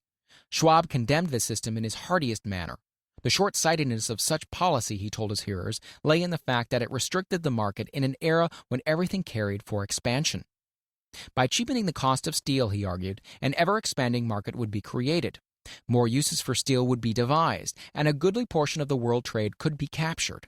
Actually, though he did not know it, Schwab was an apostle of modern mass production. So the dinner at the University Club came to an end. Morgan went home to think about Schwab's rosy predictions. Schwab went back to Pittsburgh to run the steel business, while Gary and the rest went back to their stock tickers to fiddle around in anticipation of the next move. It was not long coming. It took Morgan about 1 week to digest the feast of reason Schwab had placed before him. When he had assured himself that no financial indigestion was to result, he sent for Schwab and found that young man rather coy. Mr. Carnegie, Schwab indicated, might not like it if he found his trust company president had been flirting with the Emperor of Wall Street, the street upon which Carnegie had resolved never to tread. Then it was suggested by John W. Gates, the go-between, that if Schwab happened to be in the Bellevue Hotel in Philadelphia, J.P. Morgan might also happen to be there. When Schwab arrived, however, Morgan was inconveniently ill at his New York home, and so, on the elder man's pressing invitation, Schwab went to New York and presented himself at the door of the financier's library. Now, certain economic historians have professed the belief that from the beginning to the end of the drama, the stage was set by Andrew Carnegie, that the dinner to Schwab, the famous speech, the Sunday night conferences between Schwab and the Money King were events arranged by the Kenny Scott. The truth is exactly the opposite. When Schwab was called in to consummate the deal, he didn't even know whether the little boss, as Andrew was called, would so much as listen to an offer to sell, particularly to a group of men whom Andrew regarded as being endowed with something less than holiness.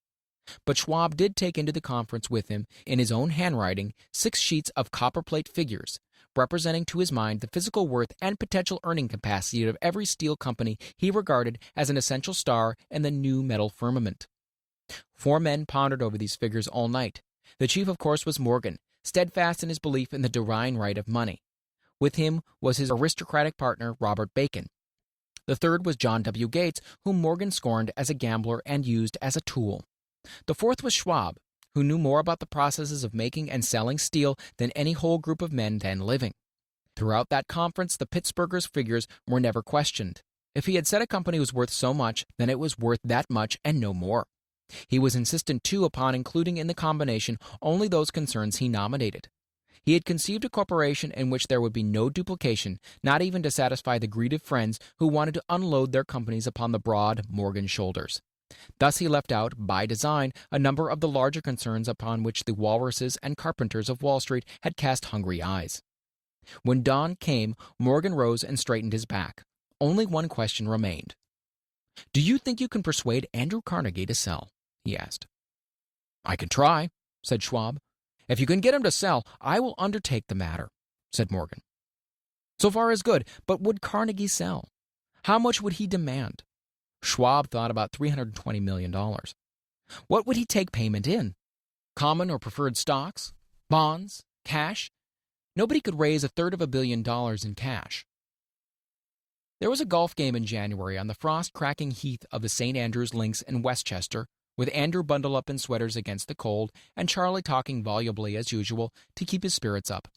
But no word of business was mentioned until the pair sat down in the cozy warmth of the Carnegie cottage hard by.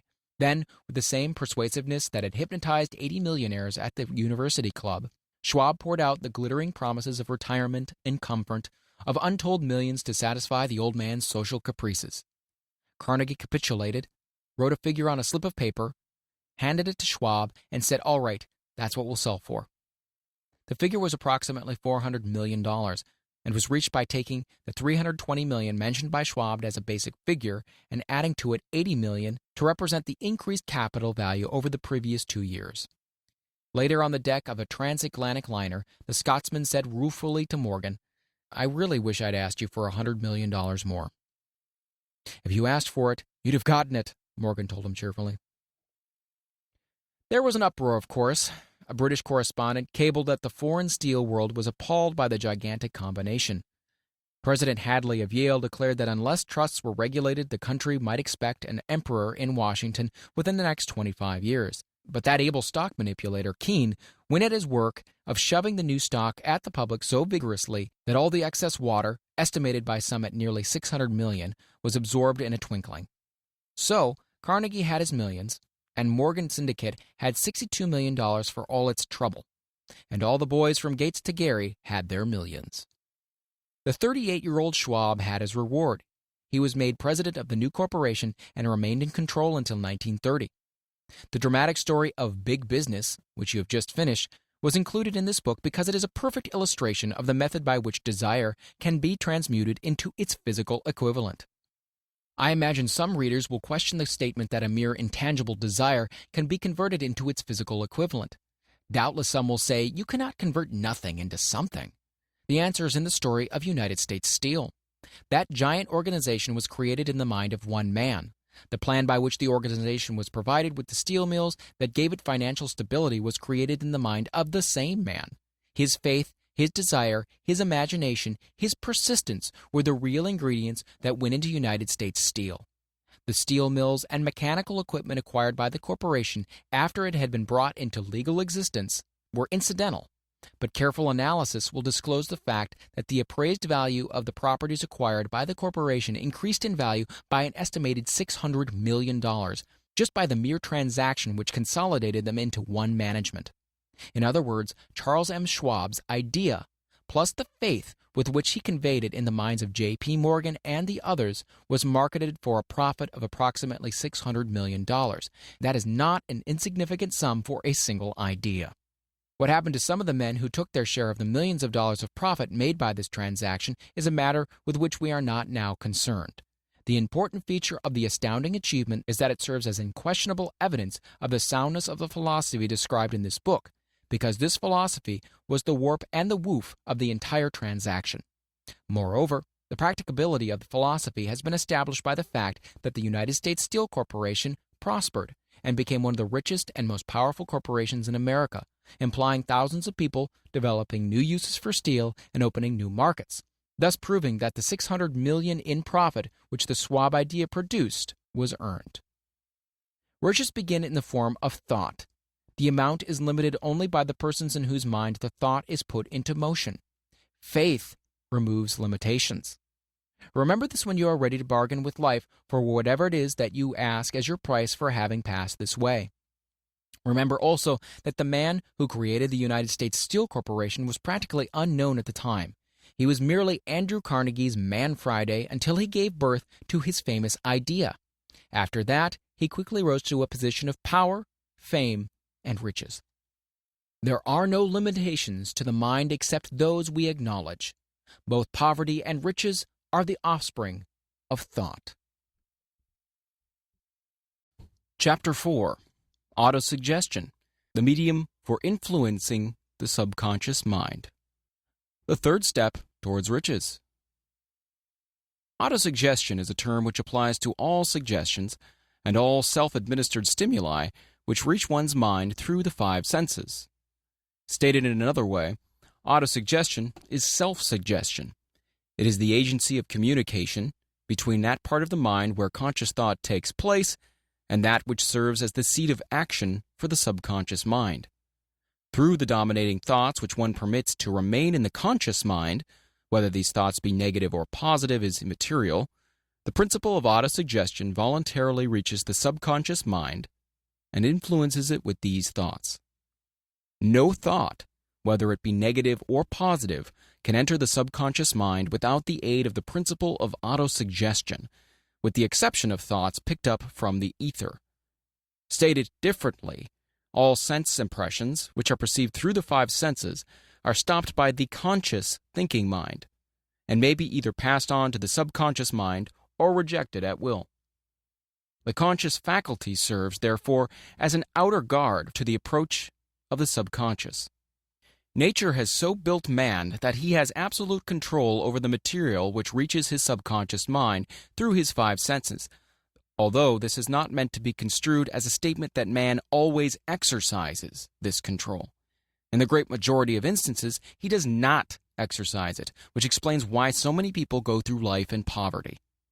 Recall what has been said about the subconscious mind resembling a fertile garden spot, in which weeds will grow in abundance if the seeds of more desirable crops are not sown therein. Autosuggestion is the agency of control through which an individual may voluntarily feed his subconscious mind on thoughts of a creative nature, or, by neglect, permit thoughts of a destructive nature to find their way into the rich garden of the mind. You were instructed in the last of the 6 steps described in the chapter on desire to read aloud twice daily the written statement of your desire for money, and to see and feel yourself already in possession of the money. By following these instructions, you communicate the object of your desire directly to your subconscious mind in a spirit of absolute faith. Through repetition of this procedure, you voluntarily create thought habits which are favorable to your efforts to transmute desire into its monetary equivalent. Go back to these 6 steps described in Chapter 2 and read them again very carefully before you proceed further.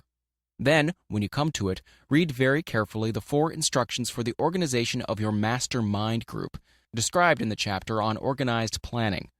By comparing these 2 sets of instructions with that which has been stated on autosuggestion, you, of course, will see that the instructions involve the application of the principle of autosuggestion. Remember, therefore, when reading aloud the statement of your desire, through which you are endeavoring to develop a money consciousness, that the mere reading of the words is of no consequence unless you mix emotion or feeling with your words. If you repeat 1,000,000 times the famous Emile Coué formula, day by day and every way I'm getting better and better, without mixing emotion and faith with your words, you will experience no desirable results. Your subconscious mind recognizes and acts upon only thoughts which have been well mixed with the emotion or feeling. This is a fact of such importance as to warrant repetition in practically every chapter, because the lack of understanding of this is the main reason the majority of people who try to apply the principle of autosuggestion get no desirable results. Plain, unemotional words do not influence the subconscious mind. You will get no appreciable results until you learn to reach your subconscious mind with thoughts or spoken words which have been well emblazoned with belief. Do not be discouraged if you cannot control and direct your emotions the first time you try to do so. Remember, there is no such possibility as something for nothing. Ability to reach and influence your subconscious mind has its price, and you must pay that price. You cannot cheat, even if you desire to do so. The price of ability to influence your subconscious mind is everlasting persistence in applying the principles described here. You cannot develop the desired ability for a lower price. You and you alone must decide whether or not the reward for which you are striving, the money consciousness, is worth the price you must pay for it in effort. Wisdom and cleverness alone will not attract and retain money except in very rare instances where the law of averages favors the attraction of money through these sources. The method of attracting money described here does not depend upon the law of averages. Moreover, the method plays no favorites. It will work for one person as effectively as it will for another. Where failure is experienced, it is the individual, not the method, which has failed. If you try and fail, make another effort and still another until you succeed. Your ability to use the principle of autosuggestion will depend very largely upon your capacity to concentrate upon a given desire until the desire becomes a burning obsession. When you begin to carry out the instructions in connection with the 6 steps described in the 2nd chapter, it will be necessary for you to make use of the principle of concentration. Let us here offer suggestions for the effective use of concentration. When you begin to carry out the first of the 6 steps, which instructs you to fix in your mind the exact amount of money you desire, hold your thoughts on that amount of money by concentration, or fixation of attention, with your eyes closed until you can actually see the physical appearance of the money. Do this at least once each day. As you go through these exercises, follow the instructions given in the chapter on faith, and see yourself actually in possession of the money. Here is the most significant fact. The subconscious mind takes any orders given it in a spirit of absolute faith and acts upon those orders, although the orders often have to be presented over and over again through repetition before they are interpreted by the subconscious mind.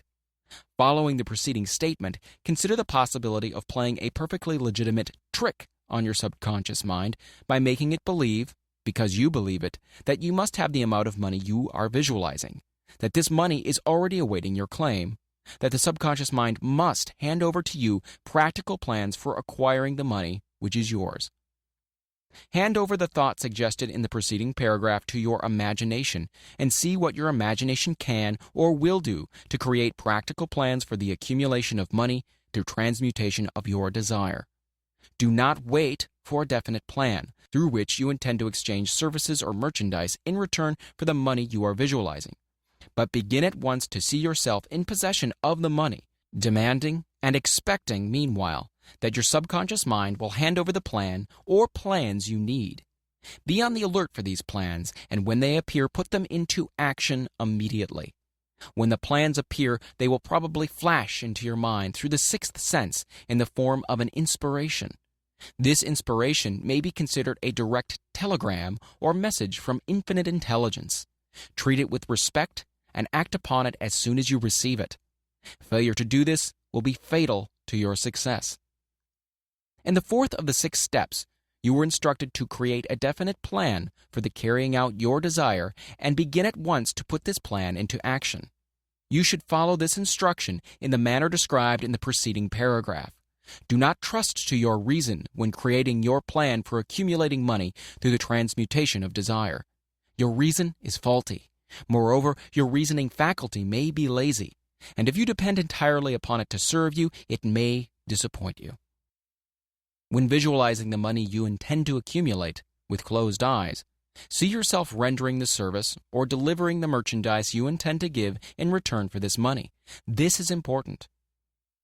Summary of instructions. The fact that you are reading this book is an indication that you earnestly seek knowledge. It is also an indication that you are a student of this subject. If you are only a student, there is a chance that you may learn much that you did not know, but you will learn only by assuming an attitude of humility. If you choose to follow some of the instructions, but neglect or refuse to follow others, you will fail. To get satisfactory results, you must follow all instructions in a spirit of faith.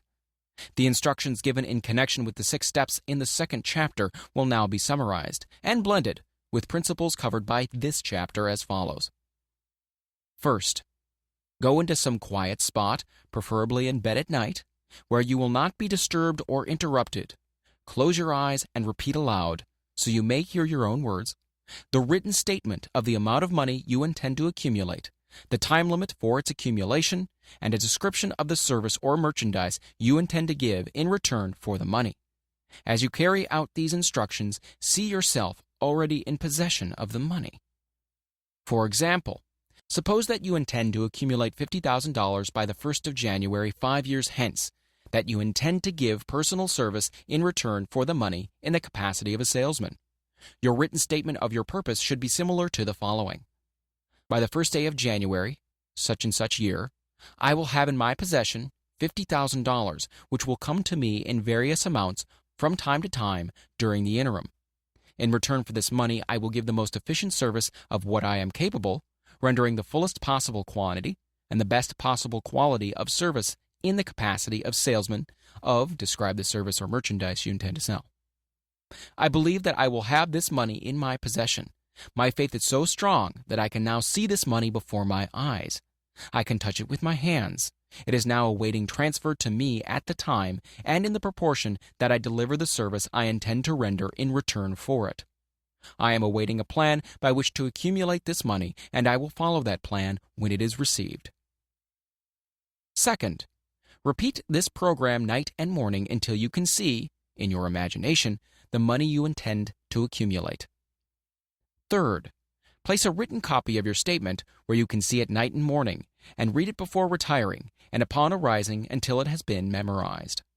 Remember, as you carry out these instructions, that you are applying the principle of autosuggestion for the purpose of giving orders to your subconscious mind. Remember also that your subconscious mind will act only upon instructions that are emotionalized and handed over to it with feeling. Faith is the strongest and most productive of the emotions. Follow the instructions given in the chapter on faith. These instructions may at first seem abstract. Do not let this disturb you. Follow the instructions no matter how abstract or how impractical they may at first appear to be. The time will soon come, if you do as you've been instructed, in spirit as well in act, when a whole new universe of power will unfold to you. Skepticism in connection with all new ideas is characteristic of all human beings. But if you follow the instructions outlined, your skepticism will soon be replaced by belief, and this in turn will soon become crystallized into absolute faith. Then you will have arrived at the point where you may truly say, I am the master of my fate. I am the captain of my soul.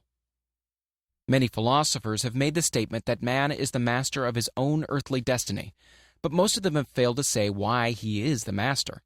The reason that man may be the master of his own earthly status, and especially his financial status, is thoroughly explained in this chapter.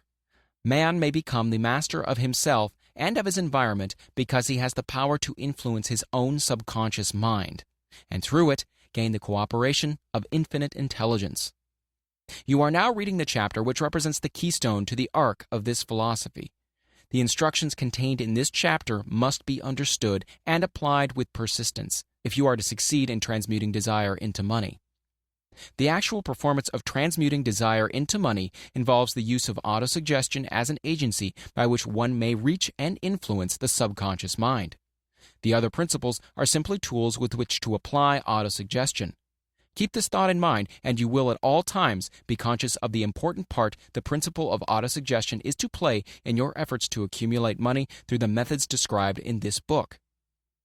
Carry out these instructions as though you were a small child. Inject into your efforts something of the faith of a child. The author has been most careful to see that no impractical instructions were included because of his sincere desire to be helpful. After you have read the entire book, come back to this chapter and follow in spirit and in action this instruction. Read the entire chapter aloud once every night until you become thoroughly convinced that the principle of autosuggestion is sound, that it will accomplish for you all that has been claimed for it. As you read, underscore with a pencil every sentence which impresses you favorably. Follow the foregoing instruction to the letter, and it will open the way for complete understanding and mastery of the principles of success.